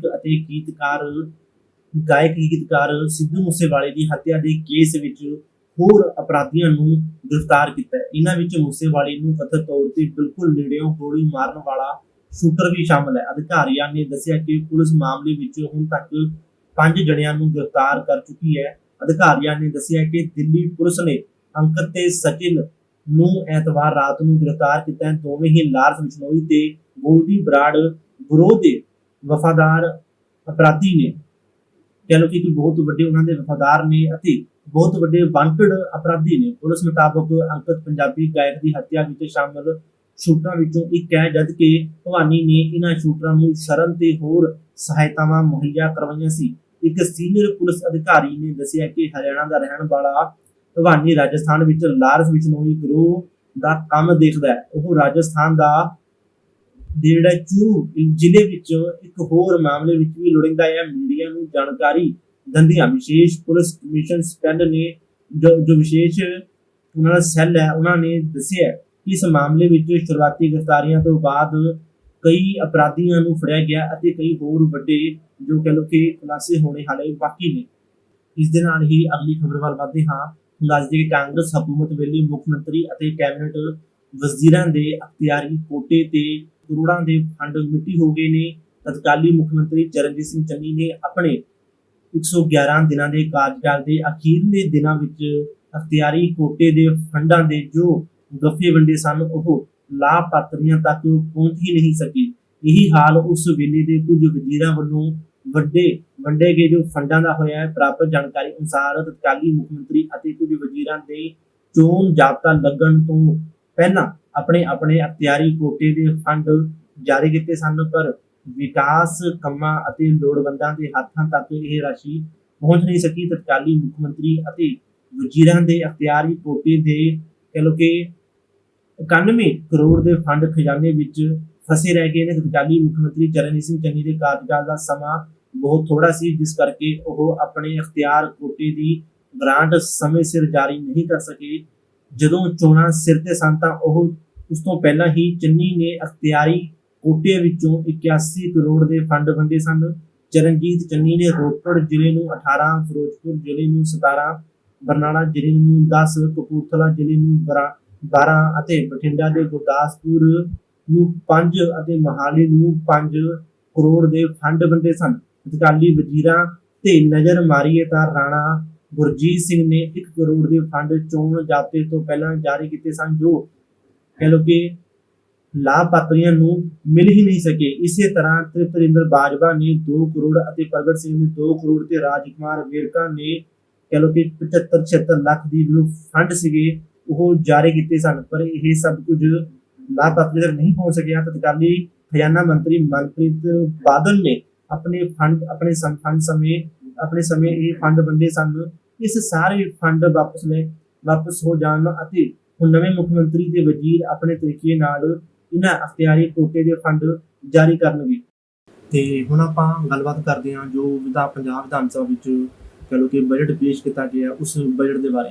ਭਗਵੰਤ ਮਾਨ ਸਰਕਾਰ ਦਾ ਇਹ ਪਹਿਲਾ ਬਜਟ ਵਿਧਾਨ ਸਭਾ ਵਿੱਚ ਪਾਸ ਕੀਤਾ ਗਿਆ ਹੈ। ਬਜਟ ਵਿੱਚ ਪੰਜਾਬ ਸਰਕਾਰ ਵੱਲੋਂ 2022 ਅਤੇ 23 ਦੌਰਾਨ ਜੋ ਕੀਤੇ ਜਾਣ ਵਾਲੇ ਖਰਚਿਆਂ ਅਤੇ ਉਸ ਵਾਸਤੇ ਪ੍ਰਾਪਤ ਸਾਧਨਾਂ ਦੇ ਅਨੁਸਾਰ ਇਹ ਬਜਟ ਜੋ ਹੈ ਪੇਸ਼ ਕੀਤਾ ਗਿਆ ਸੀ। ਇਸ ਤੋਂ ਇਲਾਵਾ ਸਰਕਾਰ ਨੇ ਆਪਣੀਆਂ ਤਰਜੀਹਾਂ ਦਾ ਐਲਾਨ ਵੀ ਕੀਤਾ ਹੈ। ਇਸ ਬਜਟ ਨੂੰ ਕਈ ਪੱਖਾਂ ਤੋਂ ਵਿਚਾਰਿਆ ਜਾ ਸਕਦਾ ਹੈ। ਪਹਿਲਾਂ ਜਿਵੇਂ ਵਿੱਤ ਮੰਤਰੀ ਤੇ ਸਿਆਸੀ ਤਬਦੀਲੀ ਦੀ ਗੱਲ ਕੀਤੀ ਗਈ ਹੈ। ਕੁਝ ਲੋਕ ਖਾਸਕਰ ਵਿਰੋਧੀ ਪਾਰਟੀਆਂ ਵੱਲੋਂ ਇਸ ਪੱਖ ਦੇ ਬਿਆਨ ਦਿੱਤੇ ਜਾ ਰਹੇ ਨੇ। ਦੂਜਾ ਪੱਖ ਪੰਜਾਬ ਦੇ ਲੋਕਾਂ ਅਤੇ ਆਰਥਿਕ ਵਿਕਾਸ ਦੀਆਂ ਲੋੜਾਂ ਦੇ ਪ੍ਰਸੰਗ ਵਿੱਚ ਚਰਚਾ ਕੀਤੀ ਜਾ ਸਕਦੀ ਹੈ ਅਤੇ ਕੁਝ ਮਾਹਰ ਇਸ ਪੱਖ ਵੀ ਵਿਚਾਰਨ ਦੀ ਪੇਸ਼ ਕਰ ਰਹੇ ਨੇ। ਤੀਜਾ ਤਰੀਕਾ ਬਜਟ ਵਿੱਚ ਸਰਕਾਰ ਵੱਲੋਂ ਐਲਾਨੀਆਂ ਤਰਜੀਹਾਂ ਦੇ ਪੱਖ ਤੋਂ ਵਿਚਾਰਿਆ ਜਾ ਸਕਦਾ ਹੈ। ਇਸ ਲੇਖ ਵਿੱਚ ਬਜਟ ਨੂੰ ਤੀਜੇ ਪੱਖ ਤੋਂ ਵਿਚਾਰਿਆ ਗਿਆ ਹੈ ਅਤੇ ਇਸ ਦਾ ਵਿਸ਼ਲੇਸ਼ਣ ਤੇ ਵਿਆਖਿਆ ਕੀਤੀ ਗਈ ਹੈ। ਵਿੱਤ ਮੰਤਰੀ ਦੇ ਭਾਸ਼ਣ ਵਿੱਚ ਕਿਹਾ ਗਿਆ ਹੈ ਕਿ ਪਹਿਲੇ ਸਾਲ ਦਾ ਬਜਟ ਜੋ ਕਿ 3 ਥਾਵਾਂ ਦੇ ਉੱਤੇ ਕੇਂਦਰਿਤ ਹੈ। ਇਹਨਾਂ ਵਿੱਚੋਂ ਪਹਿਲਾ ਇਹ ਹੈ ਕਿ ਸੂਬੇ ਦੀ ਜੋ ਵਿੱਤੀ ਸਿਹਤ ਨੂੰ ਠੀਕ ਕਰਨਾ ਅਤੇ ਆਪਣੇ ਸਾਧਨਾਂ ਦੀ ਉਗਰਾਹੀ ਕਰਦੇ ਹੋਏ ਕਰਜ਼ੇ ਦੇ ਵੱਧ ਰਹੇ ਭਾਰ ਨੂੰ ਮੱਠਾ ਕਰਨਾ ਹੈ। ਦੂਜਾ ਇਸ ਦੇ ਵਿੱਚ ਹੈ ਕਿ ਅਸਰਦਾਰ ਅਤੇ ਨਿਪੁੰਨ ਤਰੀਕੇ ਨਾਲ ਪਬਲਿਕ ਸਾਧਨਾਂ ਦੀ ਵਰਤੋਂ ਕਰਕੇ ਫਜ਼ੂਲ ਖਰਚੇ ਘਟਾਉਣ ਅਤੇ ਮੌਜੂਦਾ ਜਿਹੜੀ ਸਕੀਮਾਂ ਨੇ ਉਹਨਾਂ ਨੂੰ ਇੱਕ ਨਵੇਂ ਸਿਰੇ ਤੋਂ ਵਿਊਤ ਕੇ ਚੰਗਾ ਪ੍ਰਸ਼ਾਸਨ ਦੇਣ ਦੀ ਹੈ। ਤੀਜਾ ਇਹਦੇ ਵਿੱਚ 2 ਨੀਹਾਂ ਨੇ ਸਿਹਤ ਅਤੇ ਵਿਦਿਅਕ ਤੇ ਕੇਂਦਰਿਤ ਇਹ ਬਜਟ ਹੈ। ਇਹ ਬਜਟ ਭਾਵੇਂ ਆਰਥਿਕ ਤੇ ਹਰ ਪਹਿਲੂ ਉੱਤੇ ਵਿਕਾਸ ਅਤੇ ਸਾਧਨਾਂ ਦੀ ਵੰਡ ਦੀ ਗੱਲ ਕਰਦਾ ਹੈ, ਪਰ ਇਸ ਦਾ ਕਹਿ ਲਓ ਕਿ ਕੇਂਦਰੀ ਬਿੰਦੂ ਇਹ 3 ਖੇਤਰ ਹਨ।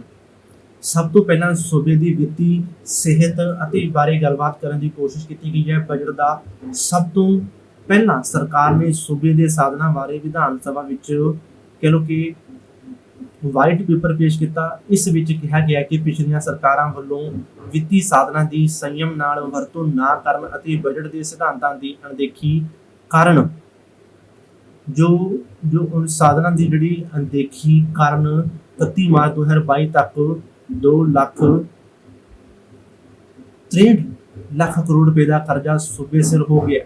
ਇਸ ਤੋਂ ਇਲਾਵਾ ਸਰਕਾਰੀ ਏਜੰਸੀਆਂ, ਪਬਲਿਕ ਸੈਕਟਰਾਂ ਦੇ ਅਦਾਰਿਆਂ, ਬੋਰਡਾਂ, ਕਾਰਪੋਰੇਸ਼ਨਾਂ ਸਿਰ 55,000 ਕਰੋੜ ਰੁਪਏ ਦਾ ਕਰਜ਼ਾ ਵੀ ਚੜਾ ਦਿੱਤਾ ਸੀ। ਇਸ ਕਰਜ਼ੇ ਦੀ ਗਰੰਟੀ 22,500 ਕਰੋੜ ਰੁਪਏ ਦੀ ਜੋ ਹੈ ਪੰਜਾਬ ਸਰਕਾਰ ਨੇ ਦਿੱਤੀ ਹੈ। ਪੰਜਾਬ ਸਰਕਾਰ ਸਿਰ ਸਿੱਧੇ ਕਰਜ਼ੇ ਵਿੱਚ ਸਰਕਾਰੀ ਗਰੰਟੀ ਸ਼ਾਮਲ ਕਰ ਲਈ ਜਾਵੇ ਤਾਂ ਇਹ ਬੋਝ 2 ਲੱਖ ਜੋ ਕਿ 86 ਲੱਖ ਕਰੋੜ ਬਣ ਜਾਂਦਾ ਹੈ। ਇਸ ਹਿਸਾਬ ਨਾਲ ਪਿਛਲੇ 5 ਸਾਲਾਂ ਦੌਰਾਨ ਇਸ ਵਿੱਚ 43.23% ਵਾਧਾ ਹੋਇਆ ਹੈ। ਇਸ ਵਾਧੇ ਨੂੰ ਠੱਲ ਪਾਏ ਬਗੈਰ ਸੂਬੇ ਦੇ ਲੀਹੋਂ ਲੱਥੇ ਵਿਕਾਸ ਨੂੰ ਲੀਹ ਤੇ ਲਿਆਉਣਾ ਕਿਹਾ ਜਾਂਦਾ ਕਿ ਬਹੁਤ ਜ਼ਿਆਦਾ ਮੁਸ਼ਕਿਲ ਹੈ। ਹੁਣ ਆਪਾਂ ਆਪਣੇ ਅਗਲੇ ਮੁੱਦੇ ਜਾਂਦੇ ਹਾਂ।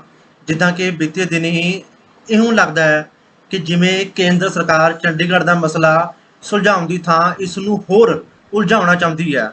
ਜਿਵੇਂ ਇਤਿਹਾਸਕ, ਸੱਭਿਆਚਾਰਕ, ਭਾਸ਼ਾਈ, ਖੇਤਰੀ, ਸਿਆਸੀ ਸੰਦਰਭ ਵਿੱਚ ਜਦੋਂ ਕੋਈ ਮਸਲਾ ਸੰਵੇਦਨਸ਼ੀਲ ਤੇ ਜਲਦੀ ਸੁਲਝਾਏ ਜਾਣ ਵਾਲਾ ਨਾ ਹੋਵੇ ਤਾਂ ਸੂਝ ਅਤੇ ਸਿਆਣਪ ਦਾ ਤਕਾਜ਼ਾ ਇਹ ਹੁੰਦਾ ਹੈ ਕਿ ਉਸ ਨਾਲ ਛੇੜਛਾੜ ਨਾ ਕੀਤੀ ਜਾਵੇ।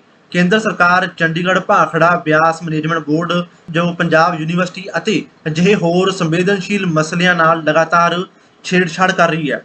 ਅਜਿਹਾ ਕਰਦਿਆਂ ਇਹ ਵੀ ਨਹੀਂ ਸੋਚਿਆ ਜਾਂਦਾ ਕਿ ਪੰਜਾਬ ਇੱਕ ਸਰਹੱਦੀ ਸੂਬਾ ਹੈ ਜਿਸ ਨੇ 1947 ਵਿੱਚ ਵੰਡ ਦਾ ਵੱਡਾ ਤਸੀਹਾ ਝੱਲਿਆ। ਜਿੱਥੇ ਦੇਸ਼ ਦੀ ਆਜ਼ਾਦੀ ਦੀ 75ਵੀਂ ਵਰ੍ਹੇਗੰਢ ਮਨਾਈ ਜਾ ਰਹੀ ਹੈ, ਉੱਥੇ ਪੰਜਾਬ 75 ਵਰ੍ਹੇ ਪਹਿਲਾਂ ਆਪਣੇ ਵੰਡੇ ਜਾਣ ਦੇ ਦੁਖਾਂਤ ਨੂੰ ਯਾਦ ਕਰ ਰਿਹਾ ਹੈ। ਅਜਿਹੀ ਛੇੜਛਾੜ ਜਜ਼ਬਾਤ ਭੜਕਾਉਂਦੀ ਹੈ। ਐਤਵਾਰ ਉੱਪਰਲੀ ਜ਼ੋਨਲ ਕੌਂਸਲ ਦੀ ਮੀਟਿੰਗ ਵਿੱਚ ਕੇਂਦਰੀ ਗ੍ਰਹਿ ਮੰਤਰੀ ਅਮਿਤ ਸ਼ਾਹ ਨੇ ਐਲਾਨ ਕੀਤਾ ਹੈ ਕਿ ਹਰਿਆਣਾ ਨੂੰ ਵਿਧਾਨ ਸਭਾ ਦੀ ਨਵੀਂ ਇਮਾਰਤ ਬਣਾਉਣ ਲਈ ਚੰਡੀਗੜ੍ਹ ਵਿੱਚ ਜ਼ਮੀਨ ਦਿੱਤੀ ਜਾਵੇਗੀ। 1970 ਵਿੱਚ ਇਹ ਫੈਸਲਾ ਕੀਤਾ ਗਿਆ ਸੀ ਕਿ ਚੰਡੀਗੜ੍ਹ ਦਾ ਪੂਰਾ ਇਲਾਕਾ ਪੰਜਾਬ ਨੂੰ ਦਿੱਤਾ ਜਾਵੇਗਾ। ਹਰਿਆਣੇ ਨੂੰ ਨਵੀਂ ਰਾਜਧਾਨੀ ਬਣਾਉਣ ਲਈ 20 ਕਰੋੜ ਰੁਪਏ ਦਿੱਤੇ ਜਾਣਗੇ।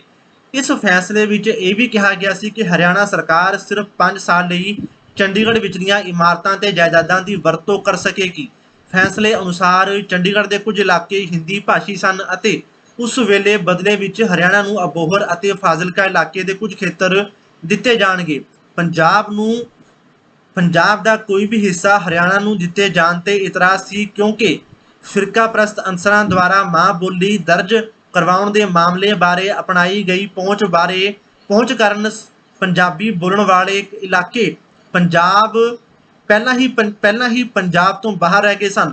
ਇਸ ਤੋਂ ਪਹਿਲਾਂ ਚੰਡੀਗੜ੍ਹ ਪੰਜਾਬ ਨੂੰ ਦੇਣ ਬਾਰੇ ਲਹਿਰ ਉੱਠੀ, ਜਿਸ ਵਿੱਚ ਸੰਤ ਫਤਿਹ ਸਿੰਘ ਨੇ ਆਪਣੇ ਆਪ ਨੂੰ ਅੱਗ ਲਾ ਕੇ ਆਤਮ ਬਲੀਦਾਨ ਦੇਣ ਦਾ ਐਲਾਨ ਕੀਤਾ, ਪਰ ਬਾਅਦ ਵਿੱਚ ਇਹ ਫੈਸਲਾ ਵਾਪਸ ਲੈ ਲਿਆ ਗਿਆ ਸੀ। ਇਸ ਮੰਗ ਨੂੰ ਮਨਾਉਣ ਵਾਸਤੇ ਦਰਸ਼ਨ ਸਿੰਘ ਨੂੰ ਇੱਕ ਕੁਰਬਾਨੀ ਦੇਣੀ ਪਈ। 1985 ਵਿੱਚ ਕੀਤੇ ਗਏ ਰਾਜੀਵ ਲੋਂਗੋਵਾਲ ਸਮਝੌਤੇ ਵਿੱਚ ਵੀ ਚੰਡੀਗੜ੍ਹ ਪੰਜਾਬ ਨੂੰ ਦੇਣਾ ਮੰਨਿਆ ਗਿਆ। ਇਤਿਹਾਸਕ ਤੌਰ ਤੇ ਵੀ ਚੰਡੀਗੜ੍ਹ ਦੀ ਕਲਪਨਾ ਪੰਜਾਬ ਲਈ ਇਤਿਹਾਸਕ ਘਾਟੇ ਭਾਵ ਇਸ ਦੀਆਂ ਸਦੀਆਂ ਦੀ ਰਾਜਧਾਨੀ ਲਾਹੌਰ ਦੇ ਵੰਡ ਦੌਰਾਨ ਪਾਕਿਸਤਾਨ ਵਿੱਚ ਚਲੇ ਜਾਣ ਨਾਲ ਪਏ ਘਾਟੇ ਨੂੰ ਪੂਰਾ ਕਰਨ ਦੀ ਕੋਸ਼ਿਸ਼, ਇੱਕ ਛੋਟੀ ਜਿਹੀ ਕੋਸ਼ਿਸ਼ ਸੀ।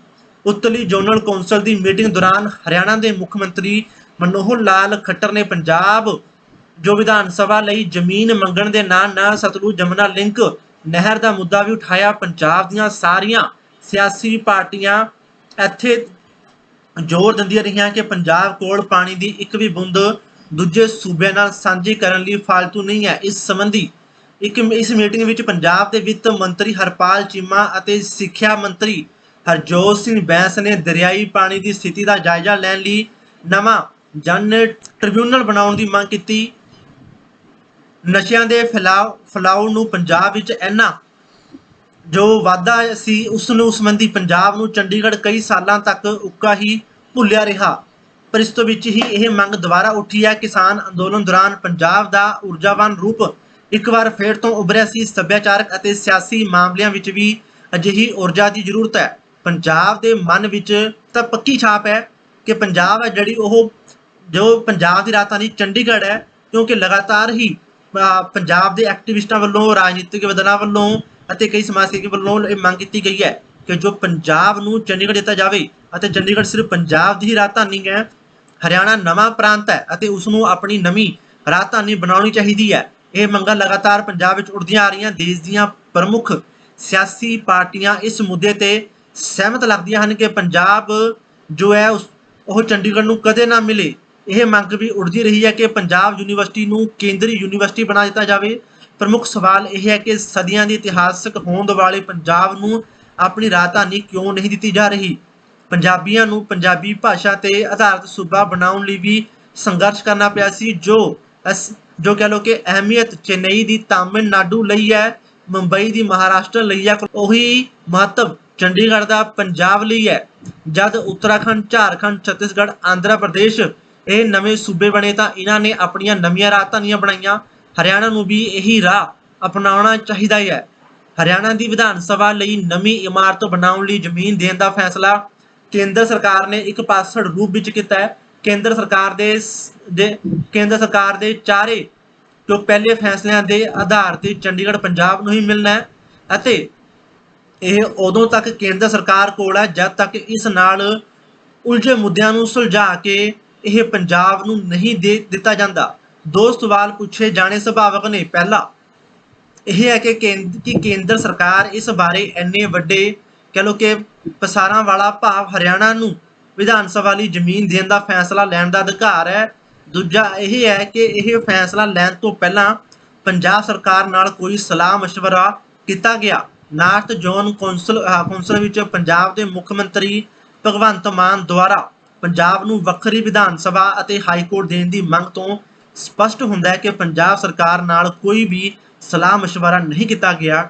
ਇਹ ਪੰਜਾਬ ਦੇ ਹੱਕਾਂ ਦੀ ਉਲੰਘਣਾ ਹੈ ਅਤੇ ਜੋ ਕਹ ਲੋ ਕਿ ਸੰਵਿਧਾਨ ਵਿੱਚ ਨਿਹਿਤ ਫੈਡਰਲਿਜ਼ਮ ਦੀ ਭਾਵਨਾ ਦੀ ਵੀ ਹੈ। ਆਮ ਆਦਮੀ ਪਾਰਟੀ ਅਤੇ ਇਸ ਸਰਕਾਰ ਨੂੰ ਪੰਜਾਬ ਨਾਲ ਜੁੜੇ ਜੋ ਮੁੱਦੇ ਨੇ ਇਹਨਾਂ ਬਾਰੇ ਆਪਣੀ ਪਹੁੰਚ ਸਪਸ਼ਟ ਕਰਨੀ ਚਾਹੀਦੀ ਹੈ। ਸਾਡੇ ਦੇਸ਼ ਵਿੱਚ ਫੈਡਰਲਿਜ਼ਮ ਨੂੰ ਕਾਫੀ ਦੇਰ ਤੋਂ ਖੋਰਾ ਲੱਗ ਰਿਹਾ ਹੈ। ਇਹ ਦਲੀਲ ਵੀ ਦਿੱਤੀ ਜਾਂਦੀ ਹੈ ਕਿ ਘੋਰ ਕੇਂਦਰੀਵਾਦ ਅਤੇ ਬਹੁਤ ਉਦਾਰਵਾਦੀ ਫੈਡਰਲਿਜ਼ਮ ਦੋਵੇਂ ਲੋਕਾਂ ਦੇ ਹਿੱਤ ਵਿੱਚ ਨਹੀਂ ਹਨ। ਇਹਨਾਂ ਦੋਹਾਂ ਵਿੱਚ ਕਹ ਲਓ ਕਿ ਇੱਕ ਤਾਲਮੇਲ ਬਣਾ ਕੇ ਰੱਖਣ ਦੀ ਜ਼ਰੂਰਤ ਹੈ। ਪੰਜਾਬ ਵਿੱਚ ਸ਼੍ਰੋਮਣੀ ਅਕਾਲੀ ਦਲ ਬਹੁਤ ਦੇਰ ਤੱਕ ਖੇਤਰੀ ਹਿੱਤਾਂ ਅਤੇ ਫੈਡਰਲਿਜ਼ਮ ਦਾ ਪਹਿਰੇਦਾਰ ਰਿਹਾ ਹੈ, ਪਰ ਕੁਝ ਸਮੇਂ ਤੋਂ ਪਾਰਟੀ ਅਜਿਹੇ ਮੁੱਦਿਆਂ ਬਾਰੇ ਖਾਮੋਸ਼ ਜਾਂ ਬਿਆਨ ਦੇਣ ਤੱਕ ਸੀਮਿਤ ਹੈ। ਦੇਸ਼ ਦੀਆਂ ਹੋਰ ਖੇਤਰੀ ਪਾਰਟੀਆਂ ਨੇ ਵੀ ਬਹੁਤ ਹੱਦ ਤੱਕ ਇਸ ਮੁੱਦੇ ਨੂੰ ਵਿਸਾਰਿਆ, ਜਿਸ ਕਾਰਨ ਜੋ ਕਹਿ ਲਓ ਕਿ ਤਾਕਤਾਂ ਦੇ ਕੇਂਦਰੀਕਰਨ ਦਾ ਰੁਝਾਨ ਜ਼ਿਆਦਾ ਜ਼ੋਰ ਫੜਦਾ ਜਾ ਰਿਹਾ ਹੈ। ਅਜਿਹੀ ਖਾਮੋਸ਼ੀ ਸੂਬਿਆਂ ਦੇ ਹਿੱਤ ਦੀ ਰਾਖੀ ਨਹੀਂ ਕਰ ਸਕਦੀ। ਇਤਿਹਾਸਕਾਰ ਅਰਨਾਲਡ ਟੋਨਬੀ ਦਾ ਕਹਿਣਾ ਹੈ ਕਿ ਰਾਜਧਾਨੀਆਂ ਸਵੈ ਮਾਣ ਲਈ ਬਣਾਈਆਂ ਜਾਂਦੀਆਂ ਨੇ। ਰਾਜਧਾਨੀਆਂ ਦੇਸ਼ ਅਤੇ ਸੂਬੇ ਦੀ ਪਹਿਚਾਣ ਬਣਦੀਆਂ ਨੇ। ਚੰਡੀਗੜ੍ਹ ਪੰਜਾਬ ਦੇ ਸਵੈ ਮਾਣ ਦਾ ਪ੍ਰਤੀਕ ਹੈ। ਇਹ ਬੇहद ਨਾਜ਼ੁਕ ਮਾਮਲਾ। ਕੇਂਦਰ ਸਰਕਾਰ ਨੂੰ ਅਜਿਹੇ ਮਾਮਲਿਆਂ ਬਾਰੇ ਸੰਵੇਦਨਸ਼ੀਲਤਾ ਦਿਖਾਉਣੀ ਚਾਹੀਦੀ ਹੈ। ਕੇਂਦਰ ਸਰਕਾਰ ਦੀ ਅਜਿਹੀ ਪਹੁੰਚ ਪਹਿਲਾਂ ਵੀ ਪੰਜਾਬੀਆਂ ਵਿੱਚ ਬੇਗਾਨਗੀ ਦੀ ਭਾਵਨਾਵਾਂ ਪੈਦਾ ਕਰਦੀ ਰਹੀ ਹੈ। ਇੱਥੇ ਇਹ ਵੀ ਯਾਦ ਰੱਖਣ ਦੀ ਜ਼ਰੂਰਤ ਹੈ ਕਿ ਜ਼ੋਨਲ ਕੌਂਸਲ ਸੂਬੇ ਵਿਚਲੇ ਜਿਨ੍ਹਾਂ ਵਿਵਾਦਾਂ ਨੂੰ ਸੁਲਝਾਉਣ ਲਈ ਬਣਾਈਆਂ ਗਈਆਂ ਸਨ, ਉਹਨਾਂ ਨੂੰ ਹੋਰ ਉਲਝਾਉਣਾ ਨਹੀਂ ਹੈ। ਪੰਜਾਬ ਸਰਕਾਰ ਨੂੰ ਸਰਬ ਪਾਰਟੀ ਮੀਟਿੰਗ ਬੁਲਾ ਕੇ ਇਸ ਮੁੱਦੇ ਤੇ ਸਹਿਮਤੀ ਬਣਾਉਂਦੇ ਹੋਏ ਕੇਂਦਰ ਦੇ ਇਸ ਫੈਸਲੇ ਵਿਰੁੱਧ ਆਪਣੀ ਆਵਾਜ਼ ਉਠਾਉਣੀ ਚਾਹੀਦੀ ਹੈ, ਕਿਉਂਕਿ ਲਗਾਤਾਰ ਹੀ ਪੰਜਾਬ ਵਿੱਚ ਇਹਨਾਂ ਨੀਤੀਆਂ ਦਾ ਵਿਰੋਧ ਹੁੰਦਾ ਆ ਰਿਹਾ ਹੈ, ਜਿਸ ਤੇ ਪੰਜਾਬੀ ਇਸ ਨੂੰ ਆਪਣੀ ਜੋ ਕਹਿ ਲਓ ਕਿ ਆਪਣੇ ਨਾਲ ਇੱਕ ਧੱਕਾ ਹੋਇਆ ਪ੍ਰਤੀਤ ਸਮਝਦੇ ਨੇ ਕਿ ਉਹਨਾਂ ਨਾਲ ਇਹ ਧੱਕਾ ਹੁੰਦਾ ਆ ਰਿਹਾ ਹੈ, ਕਿਉਂਕਿ ਪੰਜਾਬ ਲਗਾਤਾਰ ਆਪਣੀਆਂ ਹੱਕੀ ਮੰਗਾਂ ਨੂੰ ਕੇਂਦਰ ਅੱਗੇ ਉਠਾਉਂਦਾ ਨਜ਼ਰ ਆਉਂਦਾ ਹੈ ਅਤੇ ਲਗਾਤਾਰ ਆਪਣੀਆਂ ਇੱਕ ਜੋ ਕਹਿ ਲਓ ਕਿ ਪੰਜਾਬ ਫੈਡਰਲਿਜ਼ਮ ਦੀ ਮੰਗ ਕਰਦਾ ਹਮੇਸ਼ਾ ਤੋਂ ਹੀ ਪੰਜਾਬ ਫੈਡਰਲਿਜ਼ਮ ਦੇ ਭਾਵ ਨਾਲ ਜੁੜਿਆ ਹੋਇਆ ਹੈ ਤੇ ਪੰਜਾਬ ਹਮੇਸ਼ਾ ਤੋਂ ਹੀ ਆਪਣੀਆਂ ਮੰਗਾਂ ਨੂੰ ਲੈ ਕੇ ਕੇਂਦਰ ਨਾਲ ਭਿੜਦਾ ਹੋਇਆ ਨਜ਼ਰ ਆਉਂਦਾ ਹੈ ਅਤੇ ਹਰ ਉਸ ਮੁੱਦੇ ਤੇ ਉਹ ਵਿਰੋਧ ਕਰਦਾ ਹੈ ਅਤੇ ਸਭ ਤੋਂ ਵੱਧ ਅਤੇ ਸਭ ਤੋਂ ਅੱਗੇ ਹੋ ਕੇ ਵਿਰੋਧ ਕਰਦਾ ਹੈ ਅਤੇ ਉਹਨਾਂ ਮੁਹਿੰਮਾਂ ਦੀ ਅਗਵਾਈ ਕਰਦਾ ਹੈ ਅਤੇ ਲਗਾਤਾਰ ਆਪਣੀਆਂ ਹੱਕੀ ਮੰਗਾਂ ਲਈ ਉਹ ਜੱਦੋ-ਜਹਿਦ ਕਰਦਾ ਨਜ਼ਰ ਆ ਰਿਹਾ ਹੈ। ਹੁਣ ਤੋਂ ਨਹੀਂ, ਆਜ਼ਾਦੀ ਤੋਂ ਪਹਿਲਾਂ ਵੀ ਪੰਜਾਬ ਦੇ ਲੋਕ ਆਪਣੀਆਂ ਹੱਕੀ ਮੰਗਾਂ, ਆਪਣੀ ਆਜ਼ਾਦੀ ਦੇ ਲਈ ਇੱਕ ਫੈਡਰਲਿਜ਼ਮ ਦੇ ਢਾਂਚੇ ਦੇ ਲਈ ਜੋ ਭਾਰਤੀ ਸੰਵਿਧਾਨ ਦੇ ਵਿੱਚ ਵੀ ਹੈ ਕਿ ਭਾਰਤ ਦੀਆਂ ਵਿੱਚ ਇੱਕ ਫੈਡਰਲਿਜ਼ਮ ਹੈ, ਉਸ ਦੇ ਲਈ ਪੰਜਾਬ ਲਗਾਤਾਰ ਅਤੇ ਸਭ ਤੋਂ ਅੱਗੇ ਹੋ ਕੇ ਆਵਾਜ਼ ਜਿਹੜੀ ਆ ਉਹ ਚੱਕਦਾ ਆ ਰਿਹਾ ਹੈ ਅਤੇ ਇਹਨਾਂ ਚੀਜ਼ਾਂ ਨੂੰ ਲੈ ਕੇ ਹੀ ਜੋ ਪੰਜਾਬ ਆਪਣੇ ਪਾਣੀਆਂ ਲਈ ਅਤੇ ਚੰਡੀਗੜ੍ਹ ਲਈ ਲਗਾਤਾਰ ਆਵਾਜ਼ ਚੱਕਦਾ ਹੈ ਅਤੇ ਉਹ ਇਹੀ ਮੰਗ ਕਰਦਾ ਹੈ ਕਿ ਪੰਜਾਬ ਦੇ ਪਾਣੀ ਜੋ ਹੈ ਉਹ ਪੰਜਾਬ ਨੂੰ ਦਿੱਤੇ ਜਾਣ ਅਤੇ ਪੰਜਾਬ ਦੇ ਪਾਣੀਆਂ ਉੱਤੇ ਸਿਰਫ ਪੰਜਾਬ ਦਾ ਹੀ ਹੱਕ ਹੈ ਅਤੇ ਇਸੇ ਤਹਿਤ ਪੰਜਾਬ ਯੂਨੀਵਰਸਿਟੀ ਅਤੇ ਚੰਡੀਗੜ੍ਹ ਉੱਤੇ ਵੀ ਪੰਜਾਬ ਆਪਣਾ ਹੱਕ ਜਤਾਉਂਦਾ ਹੈ ਅਤੇ ਲਗਾਤਾਰ ਕੇਂਦਰ ਅੱਗੇ ਮੰਗ ਕਰਦਾ ਕਿ ਸਾਨੂੰ ਇਹ ਦਿੱਤੇ ਜਾਣ। ਹੁਣ ਵਧਦੇ ਹਾਂ ਆਪਾਂ ਆਪਣੇ ਅਗਲੇ ਵਿਸ਼ੇ ਵੱਲ। ਕੇਂਦਰ ਸਰਕਾਰ ਦੇ ਵਾਤਾਵਰਣ, ਵਣ ਅਤੇ ਜਲਵਾਯੂ ਪਰਿਵਰਤਨ ਮਾਮਲੇ ਵੱਲੋਂ ਵਣ ਜੋ ਸੰਭਾਲ ਨਿਯਮ 2022 ਜਾਰੀ ਕਰ ਦਿੱਤਾ ਗਿਆ ਹੈ। ਪਿੱਛੇ ਨਵੀਂ ਬਹਿਸ ਦੀ ਸ਼ੁਰੂਆਤ ਹੋਈ ਹੈ। ਜੁਲਾਈ ਚੜ੍ਹਦਿਆਂ ਹੀ ਸਰਕਾਰ ਨੇ ਬੁਨਿਆਦੀ ਢਾਂਚੇ ਅਤੇ ਹੋਰ ਵਿਕਾਸ ਪ੍ਰੋਜੈਕਟਾਂ ਵਾਸਤੇ ਵਣਾਂ ਨਾਲ ਜੁੜੀ ਜ਼ਮੀਨ ਨੂੰ ਵਪਾਰ ਤੇ ਕਾਰੋਬਾਰਾਂ ਲਈ ਲੈਣੀ ਸੁਖਾਲੀ ਬਣਾਉਣ ਦਾ ਫੈਸਲਾ ਕੀਤਾ ਹੈ। ਜਾਰੀ ਨੋਟੀਫਿਕੇਸ਼ਨ ਅਨੁਸਾਰ ਵਣ ਖੇਤਰ ਵਿੱਚ ਰਹਿਣ ਵਾਲੇ ਜੋ ਕਬਾਇਲੀਆਂ ਦੇ ਹੱਕਾਂ ਨੂੰ ਨਿਯਤ ਕਰਨ ਦੇ ਅਧਿਕਾਰ ਸੂਬਾਈ ਸਰਕਾਰ ਨੂੰ ਸੌਂਪ ਦਿੱਤੇ ਗਏ ਹਨ। ਇਹਨਾਂ ਨਿਯਮਾਂ ਨੇ 28 ਜੂਨ 2003 ਨੂੰ ਜਾਰੀ ਨਿਯਮਾਂ ਦੀ ਜਗ੍ਹਾ ਲਈ ਹੈ। ਪਹਿਲਾਂ ਦੇ ਨਿਯਮਾਂ ਅਨੁਸਾਰ ਵਣ, ਜਲ, ਜ਼ਮੀਨ ਨਾਲ ਜੁੜੇ ਮੁੱਦਿਆਂ ਬਾਰੇ ਅੰਤਮ ਫੈਸਲਾ ਸੰਬੰਧਿਤ ਕਬਾਇਲੀ ਲੋਕਾਂ ਦੀ ਸਹਿਮਤੀ ਤੋਂ ਬਿਨਾਂ ਨਹੀਂ ਲਿਆ ਜਾ ਸਕਦਾ ਸੀ। ਨਵੇਂ ਨਿਯਮ ਪ੍ਰੋਜੈਕਟ ਲਾਉਣ ਦੀ ਲੰਬੀ ਪ੍ਰਕਿਰਿਆ ਨੂੰ ਛੋਟੀ ਕਰਨ ਦੇ ਨਾਮ ਉੱਤੇ ਲਾਗੂ ਕੀਤੇ ਜਾ ਰਹੇ ਹਨ। ਨਵੇਂ ਨਿਯਮਾਂ ਤਹਿਤ ਕੇਂਦਰ ਸਰਕਾਰ ਪ੍ਰੋਜੈਕਟ ਨੂੰ ਮਨਜ਼ੂਰੀ ਦੇ ਕੇ ਰਾਜ ਸਰਕਾਰ ਨੂੰ ਸੰਬੰਧਿਤ ਲੋਕਾਂ ਦੇ ਮੁਆਵਜ਼ੇ ਅਤੇ ਹੋਰ ਹੱਕਾਂ ਦਾ ਫੈਸਲਾ ਕਰਨ ਲਈ ਕਹਿ ਸਕਦੀ ਹੈ। ਕਬਾਇਲੀ ਮਾਮਲਿਆਂ ਬਾਰੇ ਮੰਤਰਾਲੇ ਨੇ 2015 ਵਿੱਚ ਸੁਝਾਅ ਦਿੱਤਾ ਸੀ ਕਿ ਨਿਯਮਾਂ ਵਿੱਚ ਕਿਸੇ ਵੀ ਤਰ੍ਹਾਂ ਦੀ ਤਬਦੀਲੀ ਤੋਂ ਪਹਿਲਾਂ ਕਹ ਲਓ ਕਿ ਕਬਾਇਲੀ ਲੋਕਾਂ ਦੇ ਵਣ, ਜ਼ਮੀਨ, ਜਲ ਉੱਤੇ ਅਧਿਕਾਰਾਂ ਨੂੰ ਨਜ਼ਰਅੰਦਾਜ਼ ਨਾ ਕੀਤਾ ਜਾਵੇ।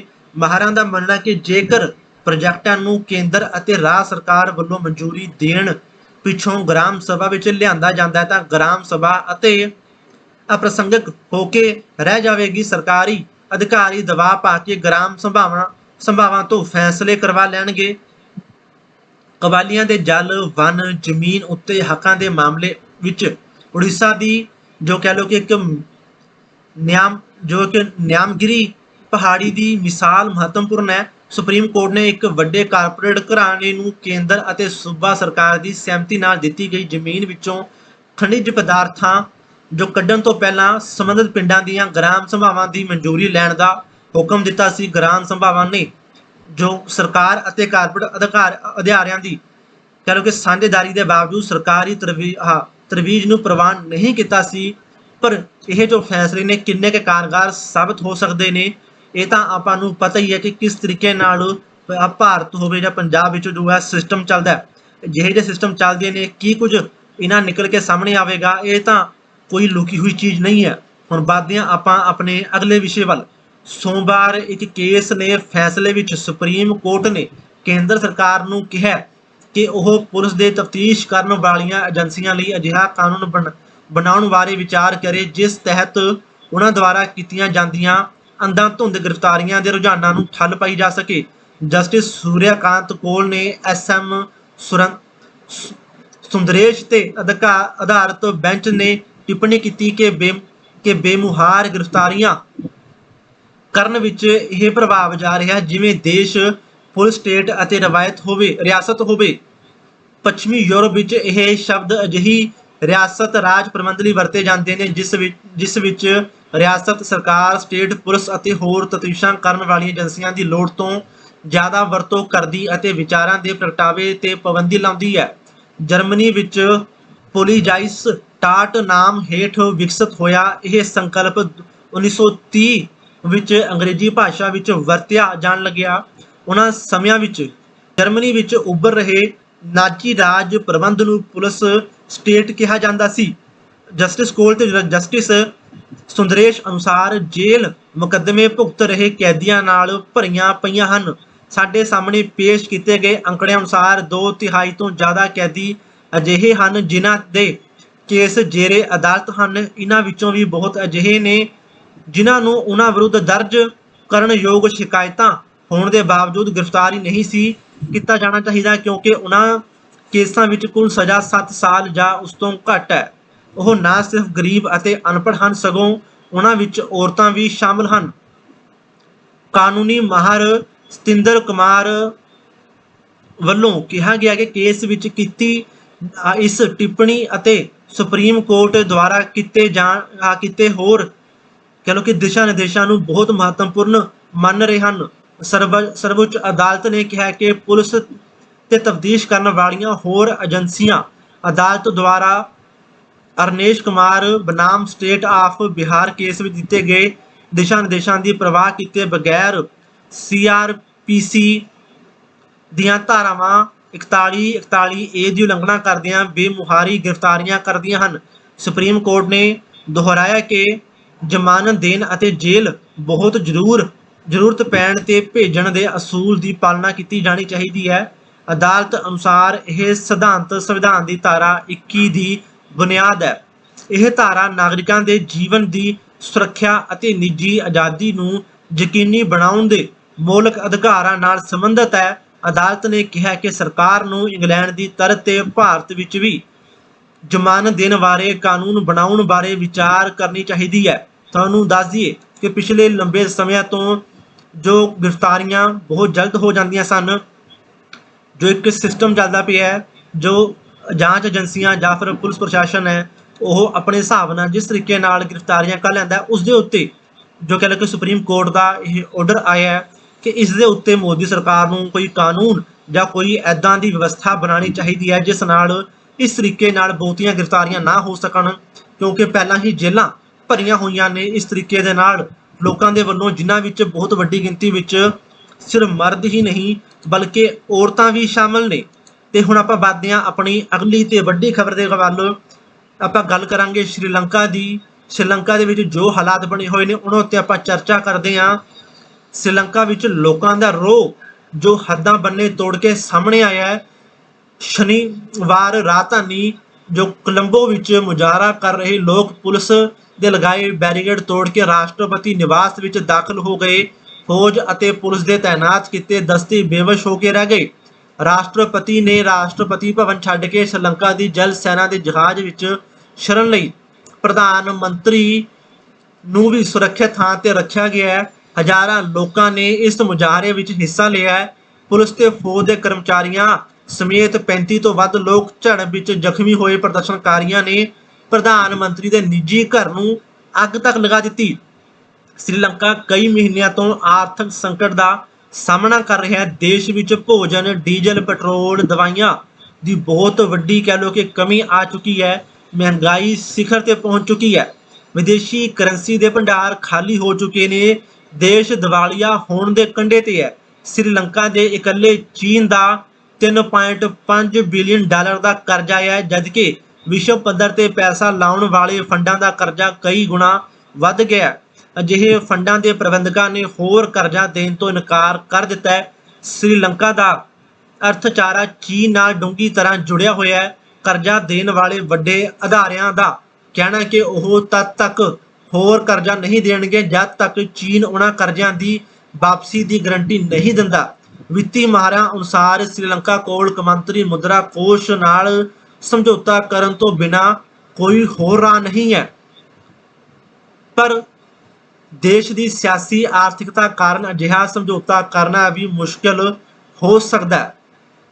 ਪ੍ਰਧਾਨ ਮੰਤਰੀ ਨੇ ਅਸਤੀਫਾ ਦੇਣ ਦੀ ਪੇਸ਼ਕਸ਼ ਕੀਤੀ ਹੈ ਅਤੇ ਸਰਬ ਪਾਰਟੀ ਹਕੂਮਤ ਬਣਾਉਣ ਦੀ ਕਵਾਇਦ ਜਾਰੀ ਹੈ। ਰਾਸ਼ਟਰਪਤੀ ਨੇ 13 ਜੁਲਾਈ ਨੂੰ ਯਾਨੀ ਕਿ ਅੱਜ ਅਸਤੀਫਾ ਦੇਣਗੇ ਜਾਂ ਆਪਣੀ ਜਦੋਂ ਆਹ ਰਿਪੋਰਟ ਚੱਲਦੀ ਪਈ ਹੈ ਇਸ ਤੋਂ ਬਾਅਦ ਉਹ ਦੇ ਚੁੱਕੇ ਹੋਣਗੇ। ਸਪੀਕਰ ਮਹਿੰਦਰ ਨੂੰ ਅੰਤਰਿਮ ਰਾਸ਼ਟਰਪਤੀ ਬਣਾਇਆ ਜਾਵੇਗਾ। ਇਸ ਤੋਂ ਪਹਿਲਾਂ ਰਾਸ਼ਟਰਪਤੀ ਦੇ ਵੱਡੇ ਭਰਾ ਜੋ ਮਹਿੰਦਰ ਸੀ ਉਹਨਾਂ ਨੇ ਪ੍ਰਧਾਨ ਮੰਤਰੀ ਦੇ ਅਹੁਦੇ ਤੋਂ ਅਸਤੀਫਾ ਦਿੱਤਾ ਸੀ। ਉਹ 2005 ਤੋਂ 2015 ਤੱਕ ਦੇਸ਼ ਦਾ ਰਾਸ਼ਟਰਪਤੀ ਰਿਹਾ।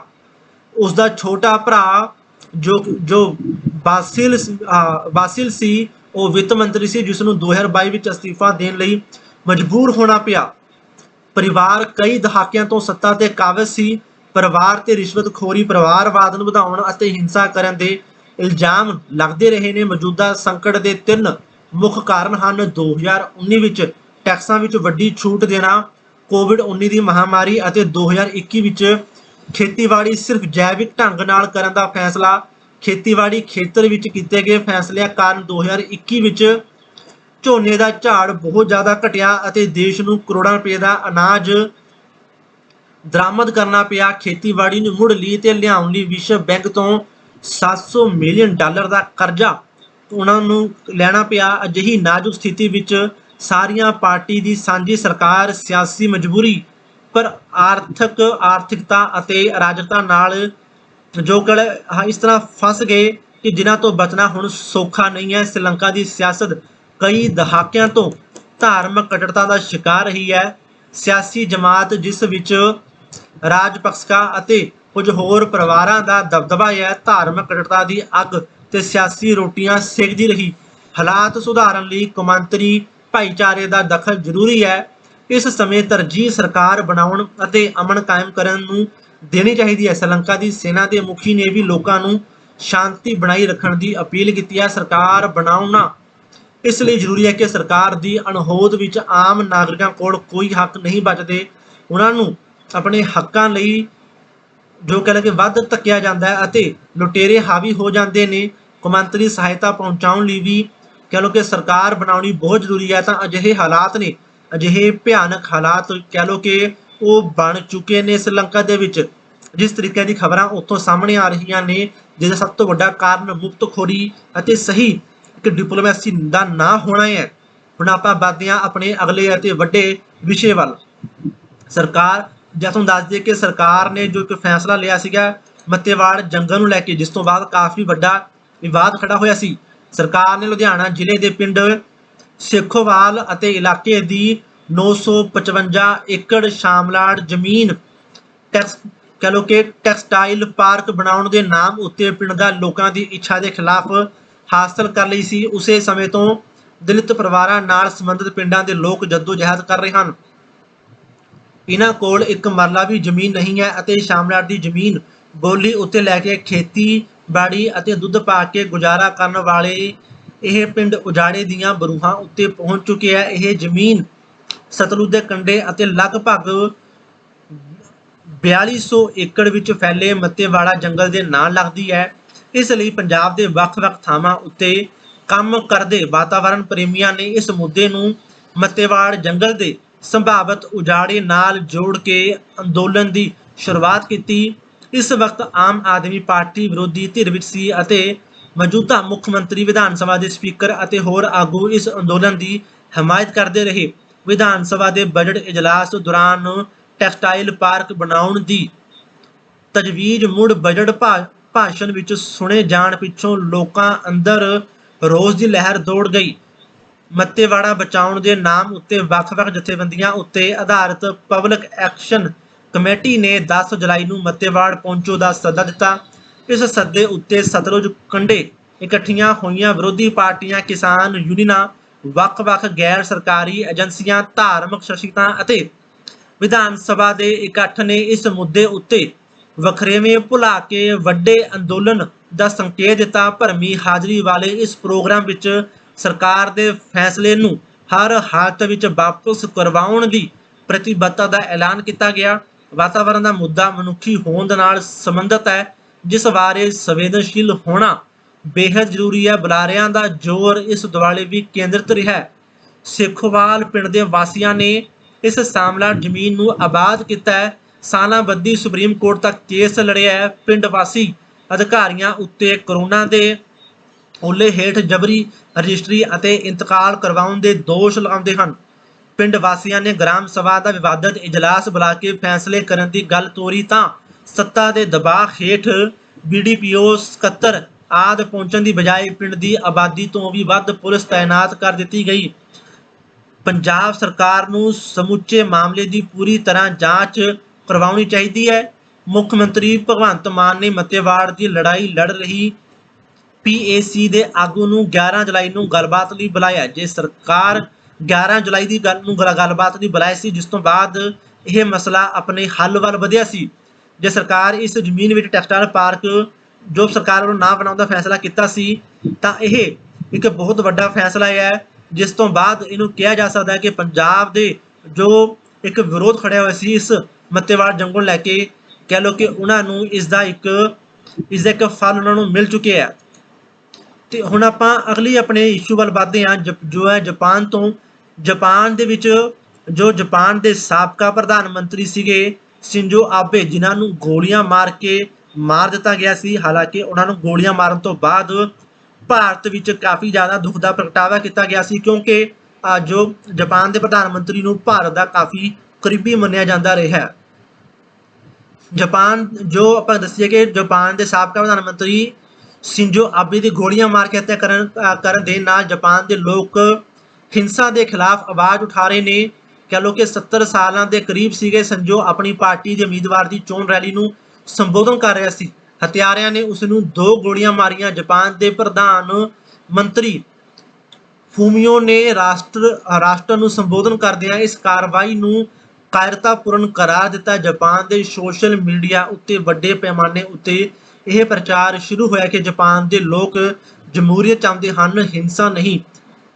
ਕਹਿ ਲਓ ਕਿ ਜੋ ਹਥਿਆਰੇ ਸਨ ਉਹਨਾਂ ਦੀ ਗ੍ਰਿਫਤਾਰੀ ਕਰ ਲਿਆ ਗਿਆ ਅਤੇ ਉਸਦੇ ਘਰ ਤੋਂ ਕਈ ਹਥਿਆਰ ਅਤੇ ਵਿਸਫੋਟਕ ਸਮੱਗਰੀ ਬਰਾਮਦ ਕੀਤੀ ਗਈ ਹੈ। ਆਬੇ ਜਾਪਾਨ ਦਾ ਸਭ ਤੋਂ ਲੰਬਾ ਸਮਾਂ ਪ੍ਰਧਾਨ ਮੰਤਰੀ ਰਿਹਾ ਹੈ। ਉਹ ਸੱਜੇ ਪੱਖੀ ਆਗੂ ਸੀ, ਪਰ ਉਸ ਨੂੰ ਆਰਥਿਕ ਅਤੇ ਵਿਦੇਸ਼ ਨੀਤੀ ਦੀ ਸਪਸ਼ਟਤਾ ਜੋ ਕਿ ਕਹਿ ਲਓ ਕਿ ਬਹੁਤ ਉਸ ਦੇ ਵਿੱਚ ਉਹਨੂੰ ਮਾਹਰ ਮੰਨਿਆ ਜਾਂਦਾ ਸੀ। ਆਪਣੇ ਪ੍ਰਧਾਨ ਮੰਤਰੀ ਕਾਰਜਕਾਲ ਦੌਰਾਨ ਉਸਨੇ 4 ਵਾਰ ਭਾਰਤ ਦਾ ਦੌਰਾ ਕੀਤਾ। 2006 ਵਿੱਚ ਪਹਿਲੀ ਵਾਰ ਪ੍ਰਧਾਨ ਮੰਤਰੀ ਬਣਨ ਪਿੱਛੋਂ ਉਹਨਾਂ ਭਾਰਤ ਦਾ ਦੌਰਾ ਕੀਤਾ ਅਤੇ ਭਾਰਤ ਦੇ ਤਤਕਾਲੀਨ ਪ੍ਰਧਾਨ ਮੰਤਰੀ ਡਾਕਟਰ ਮਨਮੋਹਨ ਸਿੰਘ ਨੂੰ 3 ਮਹੀਨੇ ਅੰਦਰ ਹੀ ਜਾਪਾਨ ਦਾ ਦੌਰਾ ਕਰਨ ਲਈ ਮਨਾ ਲਿਆ। ਦੋਵੇਂ ਦੇਸ਼ਾਂ ਦੇ ਆਗੂਆਂ ਦਰਮਿਆਨ ਪਰਮਾਣੂ ਸਮਝੌਤੇ ਦੀ ਰਣਨੀਤੀ ਨੂੰ ਲੈ ਕੇ ਚਰਚਾ ਹੁੰਦੀ ਰਹੀ। ਆਬੇ ਦੇ ਕਾਰਜਕਾਲ ਦੌਰਾਨ ਪੰਜਾਬ ਵਿੱਚ ਵੀ ਦੋਵੇਂ ਦੇਸ਼ਾਂ ਦਰਮਿਆਨ ਤਾਲਮੇਲ ਕਹਿ ਲਓ ਕਿ ਮਜ਼ਬੂਤ ਹੋਇਆ। ਰਿਪੋਰਟਾਂ ਅਨੁਸਾਰ 2005 ਵਿੱਚ ਭਾਰਤ ਅਤੇ ਜਾਪਾਨ ਦਰਮਿਆਨ ਪੰਜਾਬ $7 ਅਰਬ ਸੀ, ਜੋ 2018 ਵਿੱਚ 146% ਵੱਧ ਕੇ $172 ਅਰਬ ਪਹੁੰਚ ਗਿਆ। ਸਤੰਬਰ 2017 ਵਿੱਚ ਆਬੇ ਨੇ ਪ੍ਰਧਾਨ ਮੰਤਰੀ ਨਰਿੰਦਰ ਮੋਦੀ ਨਾਲ ਗੁਜਰਾਤ ਵਿੱਚ ਮੀਟਿੰਗ ਕੀਤੀ। ਇਸ ਦੌਰਾਨ ਬੁਲਟ ਟ੍ਰੇਨ ਦਾ ਮੁੱਦਾ कह लो कि बहुत ज़्यादा चर्चा विच आया सी। दूसरी आलमी जंग पिछों जापान विच जो जापान की विदेश नीति किसी न किसी रूप विच अमरीका तो प्रभावित रही। इसे जंग दौरान जापान के उत्ते दो परमाणु बंब सुट्टे गए। इन्नी वड्डी तबाही पिछों खुद नूं दुनिया के अगाह वधू अर्थचारियां विच शुमार करन दे समर्थ होने करके जापानियां की मेहनत और सरकार की नीतियां की प्रशंसा की जाती रही। जापान नूं मुकाबला कह लो कि जो कि शांत देश मन्निया जाता है। साबका प्रधानमंत्री की हत्या कई तरह के खतरियां के संकेत भी दिंदी है। प्रश्न ये भी है कि यह हमला किसी स्थानक ग्रुप ने किया जां किसी दहशतगर्दी नैटवर्क ने किया। मुੱਢਲੀ तफ्तीश स्थानक ग्रुपों वालों संकेत करती है अजिही हिंसा किसी भी जमहूरीत लई खतरा हो सकती है। तो हम दस दईए कि जापान जो दूजी वर्ल्ड वार दे विच जो उस ते हमले होए सीगे उस तो बाद काफ़ी ज़्यादा वो बिखर चुकिया सी। पर इन्ना ज़्यादा बिखरन तो बाद जिस तरीके नाल जापान खड़ा होया वो उत्थे सरकार दी नीतियां अते लोकां दी मेहनत दुनिया के लिए एक मिसाल बन के सामने आई सी। जिस उन्हां दी इस मेहनत का लोहा हर कोई मानता है। तो हुण आपां वधदे हां अपनी अगली ते वड्डी खबर दे बल। सियासी माहर काफ़ी देर तो इंग्लैंड के प्रधानमंत्री बोरिस जॉनसन के इस्तीफे बारे भविष्यवाणियां कर रहे सन। मंगलवार चांसलर रिशी सुनक ते सेहत मंत्री साजिद जावेद के इस्तीफे नाल इस्तीफियां की बुछाड़ शुरू हुई। बाद विच पंजाब तो वध मंत्रियां अते उप मुख मंत्रियों ने कैबिनेट छड्डण का ऐलान कर दिता। अखीर विच बोरिस जॉनसन नूं इस्तीफा देना पिया। तो यह एक वड्डी खबर जो सामने आई सी। कंजरवेटिव पार्टी जिसनूं टोरी पार्टी भी कहा जाता है 2007 विच सत्ता विच आई अते डेविड कैमरोन 2010 तो 2017 तक प्रधानमंत्री रहा। 2017 विच थेरेसा मे प्रधानमंत्री बनी। उसने इंग्लैंड नूं यूरोपीयन यूनीयन तो बाहर लियाउण लई प्रक्रिया शुरू की। उसके कार्यकाल विच ब्रैक्सिट समझौता भी होया पर वह इस मामले दीयां पेचगंदियां विच घिरी गई। 2 सितंबर 2018 विच हाउस ऑफ कॉमन ने उस विरुद्ध मानहानि का मता पास किया क्योंकि उसने यूरोपीयन यूनीयन छड्डण बारे कह लो कि छड्डण बारे कानूनी सलाह नूं सदन विच पेश नहीं सी किया। 2019 विच सदन ने उस दियां 4 तजवीज़ां नूं रद्द कर दिता। उस नूं अस्तीफा देना पिया। बोरिस जॉनसन कह लो कि 24 जुलाई 2021 नूं प्रधानमंत्री बनया। वह 2008 तो 2016 तक लंडन का मेयर भी रहा अते थेरेसा मे सरकार विच 2 साल विदेश मंत्री की जिम्मेवारी निभाई। उसकी अगवाई विच इंग्लैंड यूरोपीयन यूनीयन तो बाहर आया। कोविड-19 दौरान बोरिस जॉनसन सरकार नूं सही ढंग नाल इंतजाम ना करन करके वड्डे पद्धर ते आलोचना का शिकार भी रहा। कोरोना महामारी दौरान उसने अपनी सरकारी रिहाइश विच कई पार्टियां कीतियां। 2021 विच टोरी पार्टी की कानफ्रेंस विच उस दियां नीतियां की आलोचना हुई। नवंबर 2021 विच उसने हेठले सदन के मैंबर ते जो निजी कंपनियां की तरफदारी करने के इल्जाम लगे सन उसकी मुलतवी का विरोध किया। उसकी सरकार दौरान कई होर घोटाले भी होए। वातावरण संबंधी उसदियां नीतियां की वड्डी आलोचना हुई। उसके निजी विहार ते भी किंतु किए गए। कुछ समा पहला उसनूं एक अजिहे व्यक्ति की संसद विच नियुक्ति करन नूं लैके माफ़ी मंगनी पई। लैमी अनुसार सिर्फ बोरिस ही कमजोर आगू नहीं सगों सारी कंजरवेटिव पार्टी सिद्धांतहीन है। जिस दे बावजूद पार्टी के आगुआं दा बोरिस जॉनसन की अगवाई विच बेभरोसगी प्रगटाउणा जमहूरी प्रक्रिया का संकेत है। भारत विच अजिहा वरतारा बहुत घट देखने को मिलता है। इंदिरा गांधी द्वारा 1975 विच एमरजेंसी लगाउण दौरान कांग्रेसी आगू चंद्र शेखर नूं एमरजेंसी का विरोध करन ते गिरफ्तार किया गया सी।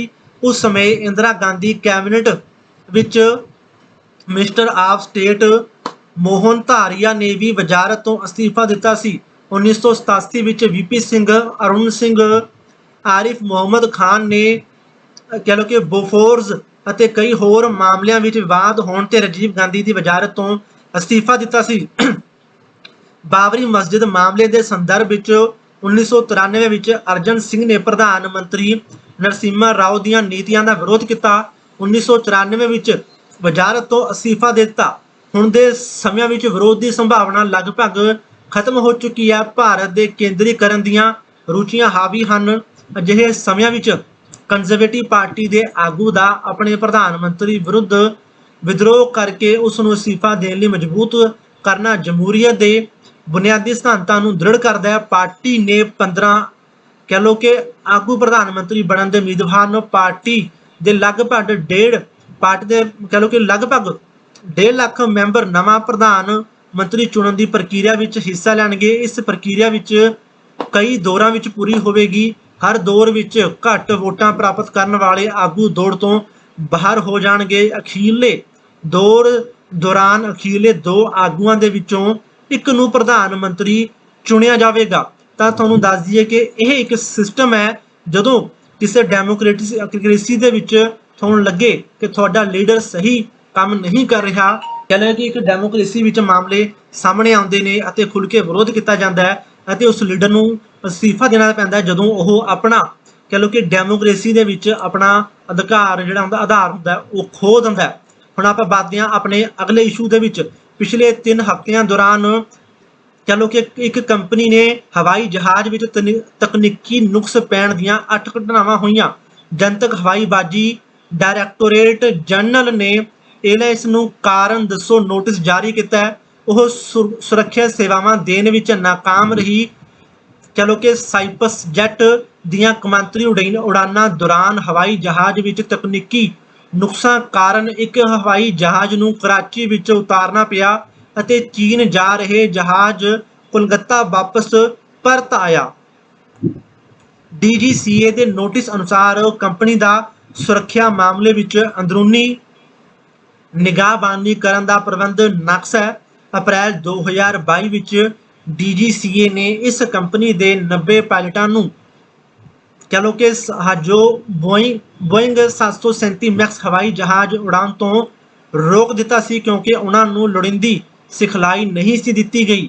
ਬੁੱਧਵਾਰ ਨੂੰ ਇੰਡੀਗੋ ਕੰਪਨੀ ਦੀ ਰਾਏਪੁਰ ਇੰਦੌਰ ਉਡਾਨ ਦੌਰਾਨ ਜਹਾਜ਼ ਦੇ ਇੰਜਨ ਚੋਂ ਧੂਆਂ ਨਿਕਲਣ ਦੀ ਘਟਨਾ ਵਾਪਰੀ। ਇਸੇ ਦਿਨ ਕਹਿ ਲਓ ਕਿ ਵਿਸਤਾਰਾ ਏਅਰਲਾਈਨਸ ਨੇ ਬੈਂਕਾਕ ਤੋਂ ਦਿੱਲੀ ਆ ਰਹੇ ਹਵਾਈ ਜਹਾਜ਼ ਦੇ ਇੱਕ ਇੰਜਨ ਨੇ ਦਿੱਲੀ ਹਵਾਈ ਅੱਡੇ ਤੇ ਉਤਰਨ ਮਗਰੋਂ ਕੰਮ ਕਰਨਾ ਬੰਦ ਕਰ ਦਿੱਤਾ। ਇਹ ਗੰਭੀਰ ਤਕਨੀਕੀ ਨੁਕਸ ਹਨ। ਇਹਨਾਂ ਘਟਨਾਵਾਂ ਤੋਂ ਸਪਸ਼ਟ ਹੁੰਦਾ ਕਿ ਹਵਾਈ ਜਹਾਜ਼ ਦੀਆਂ ਕੰਪਨੀਆਂ ਸੁਰੱਖਿਆ ਦੇ ਬਣਦਾ ਮਿਆਰ ਕਾਇਮ ਨਹੀਂ ਰੱਖ ਰਹੀਆਂ। ਹਵਾਬਾਜ਼ੀ ਖੇਤਰ ਵਿੱਚ ਮੁਕਾਬਲਾ ਬਹੁਤ ਜ਼ਿਆਦਾ ਹੈ। ਕੰਪਨੀਆਂ ਬਚਤ ਕਰਨ ਲਈ ਕਈ ਤਰ੍ਹਾਂ ਦੇ ਉਪਰਾਲੇ ਕਰਦੀਆਂ ਨੇ। ਕਰੋਨਾ ਦੌਰਾਨ ਵਿੱਚ ਇਹਨਾਂ ਕੰਪਨੀਆਂ ਨੂੰ ਵੱਡੇ ਨੁਕਸਾਨ ਉਠਾਉਣੇ ਪਏ। DGCA ਦੇ ਸਪਲਾਈ ਜੈਟ ਨੂੰ ਦਿੱਤੇ ਨੋਟਿਸ ਵਿੱਚ ਇਹ ਦੱਸਿਆ ਗਿਆ ਕਿ ਸਤੰਬਰ 2021 ਵਿੱਚ ਕੰਪਨੀ ਦੀ ਵਿੱਤੀ ਮਾਲੀਆ ਬਾਰੇ ਕੀਤੀ ਗਈ ਲੇਖਾ ਪੜਤਾਲ ਵਿੱਚ ਇਹ ਪਤਾ ਲੱਗਿਆ ਕਿ ਕੰਪਨੀ ਕੈਸ਼ ਐਂਡ ਕੈਰੀ ਦੇ ਮਾਡਲ ਤੇ ਕੰਮ ਕਰਦੀ ਹੈ, ਜਿਸ ਕਾਰਨ ਮੁਰੰਮਤ ਵਿੱਚ ਕੰਮ ਆਉਣ ਵਾਲੀਆਂ ਆਮ ਵਸਤੂਆਂ ਸਟਾਕ ਵਿੱਚ ਉਹ ਨਹੀਂ ਰੱਖਦੀ, ਜਿਸ ਦੇ ਨਾਲ ਲੋਕਾਂ ਦੇ ਨਾਲ ਸੁਰੱਖਿਆ ਦਾ ਇੱਕ ਵੱਡਾ ਖਿਲਵਾੜ ਹੋ ਸਕਦਾ ਹੈ। ਤਕਨੀਕੀ ਤੌਰ ਤੇ ਹਵਾਈ ਜਹਾਜ਼ਾਂ ਨੂੰ ਠੀਕ ਠਾਕ ਰੱਖਣਾ ਸਭ ਤੋਂ ਵੱਡੀ ਪ੍ਰਾਥਮਿਕਤਾ ਹੋਣੀ ਚਾਹੀਦੀ ਹੈ। ਸੁਰੱਖਿਆ ਦੇ ਮਾਮਲੇ ਵਿੱਚ ਕੋਈ ਸਮਝੌਤਾ ਨਹੀਂ ਕੀਤਾ ਜਾਣਾ ਚਾਹੀਦਾ। ਕਹਿ ਲਓ ਕਿ ਸਪਾਈਸ ਜੈਟ ਕੰਪਨੀ 2015 ਵਿੱਚ ਅਜੇ ਸਿੰਘ ਨੇ ਬਣਾਈ ਸੀ। ਬਾਅਦ ਵਿੱਚ ਇਹ ਤਾਮਿਲਨਾਡੂ ਦੇ ਸਿਆਸੀ ਪਰਿਵਾਰਾਂ ਨਾਲ ਸੰਬੰਧਿਤ ਕਲਾਨਿਧੀ ਮਾਰਨ ਦੀ ਮਲਕੀਅਤ ਬਣ ਗਈ। ਇਸ ਕੰਪਨੀ ਨੂੰ ਵੱਡੇ ਘਾਟੇ ਪਏ। 2015 ਵਿੱਚ ਅਜੇ ਸਿੰਘ ਨੇ ਇਸ ਨੂੰ ਦੁਬਾਰਾ ਖਰੀਦ ਲਿਆ। ਅਜੇ ਸਿੰਘ 2004 ਤੋਂ 2014 ਤੱਕ ਭਾਰਤੀ ਜਨਤਾ ਪਾਰਟੀ ਦੀ ਚੋਣ ਮੁਹਿੰਮ ਨਾਲ ਸੰਬੰਧਿਤ ਰਿਹਾ। ਕਿਹਾ ਜਾਂਦਾ ਕਿ 2014 ਵਿੱਚ ਅਬਕੀ ਵਾਰ ਮੋਦੀ ਸਰਕਾਰ ਦਾ ਨਾਰਾ ਉਸ ਨੇ ਹੀ ਘੜਿਆ ਸੀ। ਹਵਾਈ ਜਹਾਜ਼ਾਂ ਦੀ ਸਹੀ ਕਹਿ ਲਓ ਕਿ ਤਕਨੀਕੀ ਜਾਂਚ ਪੜਤਾਲ ਅਤੇ ਮੁਰੰਮਤ ਕਰਾਉਣੀ ਬਹੁਤ ਜ਼ਰੂਰੀ ਹੈ। ਇਸ ਵਿੱਚ DGCA ਦੀ ਭੂਮਿਕਾ ਅਹਿਮ ਹੈ, ਪਰ ਪ੍ਰਮੁੱਖ ਜ਼ਿੰਮੇਵਾਰੀਆਂ ਕੰਪਨੀ ਦੀ ਹੈ। ਇਸ ਸਮੇਂ ਜਨਤਕ ਖੇਤਰ ਦੀ ਕੋਈ ਹਵਾਈ ਕੰਪਨੀ ਨਹੀਂ। ਜਦ ਤੱਕ ਇੰਡੀਅਨ ਏਅਰਲਾਈਨਸ ਜਨਤਕ ਕੰਪਨੀ ਸੀ ਤਾਂ ਉਸ ਦੇ ਜਹਾਜ਼ਾਂ ਵਿੱਚ ਕੋਈ ਤਕਨੀਕੀ ਨੁਕਸ ਹੋਣ ਜਾਂ ਮੁਸਾਫਰਾਂ ਨੂੰ ਕੋਈ ਸਹੂਲਤ ਨਾ ਮਿਲਣ ਤੇ ਇਹ ਨੁਕਤਾਚੀਨੀ ਕੀਤੀ ਜਾਂਦੀ ਸੀ ਕਿ ਜਨਤਕ ਖੇਤਰ ਦੀਆਂ ਕੰਪਨੀਆਂ ਸਹੀ ਤਰ੍ਹਾਂ ਕੰਮ ਨਹੀਂ ਕਰ ਸਕਦੀਆਂ ਅਤੇ ਅਣਗਹਿਲੀਆਂ ਕਰਦੀਆਂ ਨੇ। ਇਸ ਦੇ ਮੁਕਾਬਲੇ ਕਾਰਪੋਰੇਟ ਅਦਾਰਿਆਂ ਦੀਆਂ ਮਾਲਕੀ ਵਾਲੀਆਂ ਕੰਪਨੀਆਂ ਨੂੰ ਵਧਾਇਆ ਗਿਆ। ਇਹ ਸਹੀ ਹੈ ਕਿ ਇੰਡੀਅਨ 에ਅਰਲਾਈਨਜ਼ ਘਾਟੇ ਵਿੱਚ ਗਈ, ਪਰ ਇਸ ਦੇ ਨਾਲ ਨਾਲ ਨਿੱਜੀ ਖੇਤਰ ਦੀਆਂ ਕਈ ਕੰਪਨੀਆਂ ਜਿਵੇਂ ਜੈਟ 에ਅਰਲਾਈਨਸ, ਸਹਾਰਾ 에ਅਰਲਾਈਨਸ, ਕਿੰਗਫਿਸ਼ਰ 에ਅਰਲਾਈਨਸ ਅਤੇ ਕਈ ਹੋਰ ਕੰਪਨੀਆਂ ਨੂੰ ਵੱਡੇ ਘਾਟੇ ਪਏ।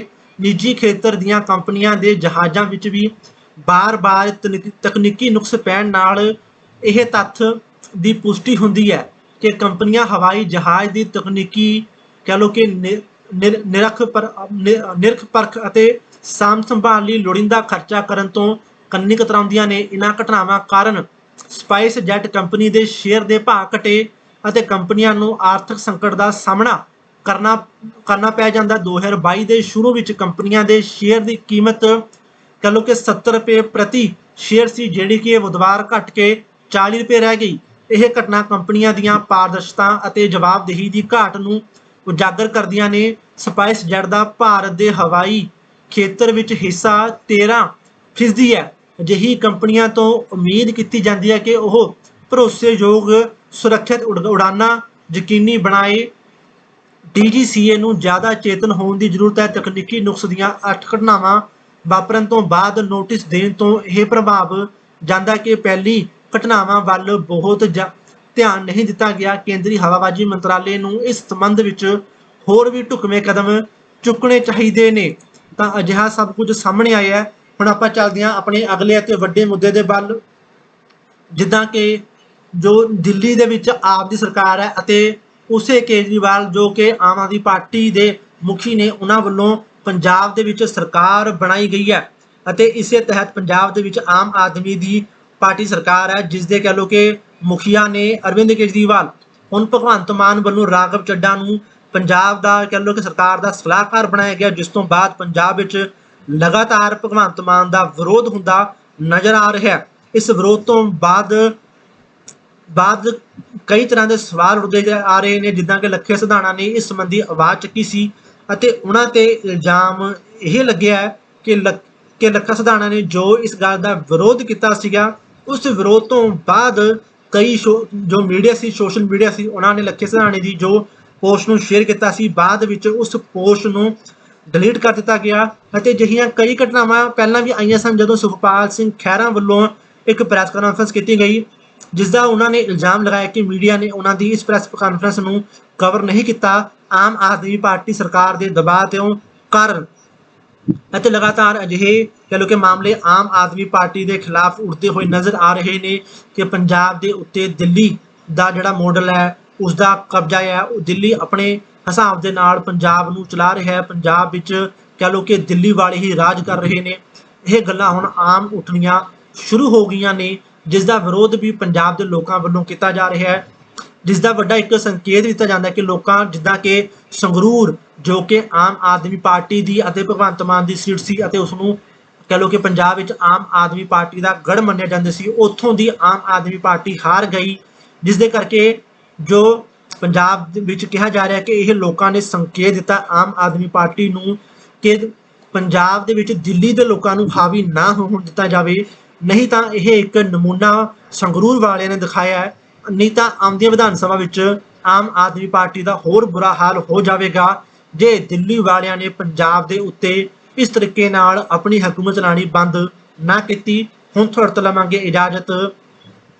ਗੁਰਸਾਨ ਟੀਵੀ ਨੂੰ ਸਬਸਕ੍ਰਾਈਬ ਕਰੋ, ਵੱਧ ਤੋਂ ਵੱਧ ਵੀਡੀਓ ਨੂੰ ਸ਼ੇਅਰ ਕਰੋ। ਗੁਰਸਾਨ ਟੀਵੀ ਤੋਂ ਇੱਕ ਬੌਧਿਕ ਪੱਧਰ ਦੇ ਆਧਾਰ ਦੇ ਉੱਤੇ ਤੁਹਾਡੇ ਨਾਲ ਹਰ ਮਸਲਾ ਲੈ ਕੇ ਆਵੇਗਾ, ਉਸ ਨੂੰ ਵਿਚਾਰੇਗਾ ਅਤੇ ਤੁਹਾਡੀ ਸੇਵਾ ਵਿੱਚ ਇਸ ਤਰੀਕੇ ਨਾਲ ਲੱਗਿਆ ਰਹੇਗਾ। ਹੁਣ ਤੋਂ ਇਜਾਜ਼ਤ, ਧੰਨਵਾਦ।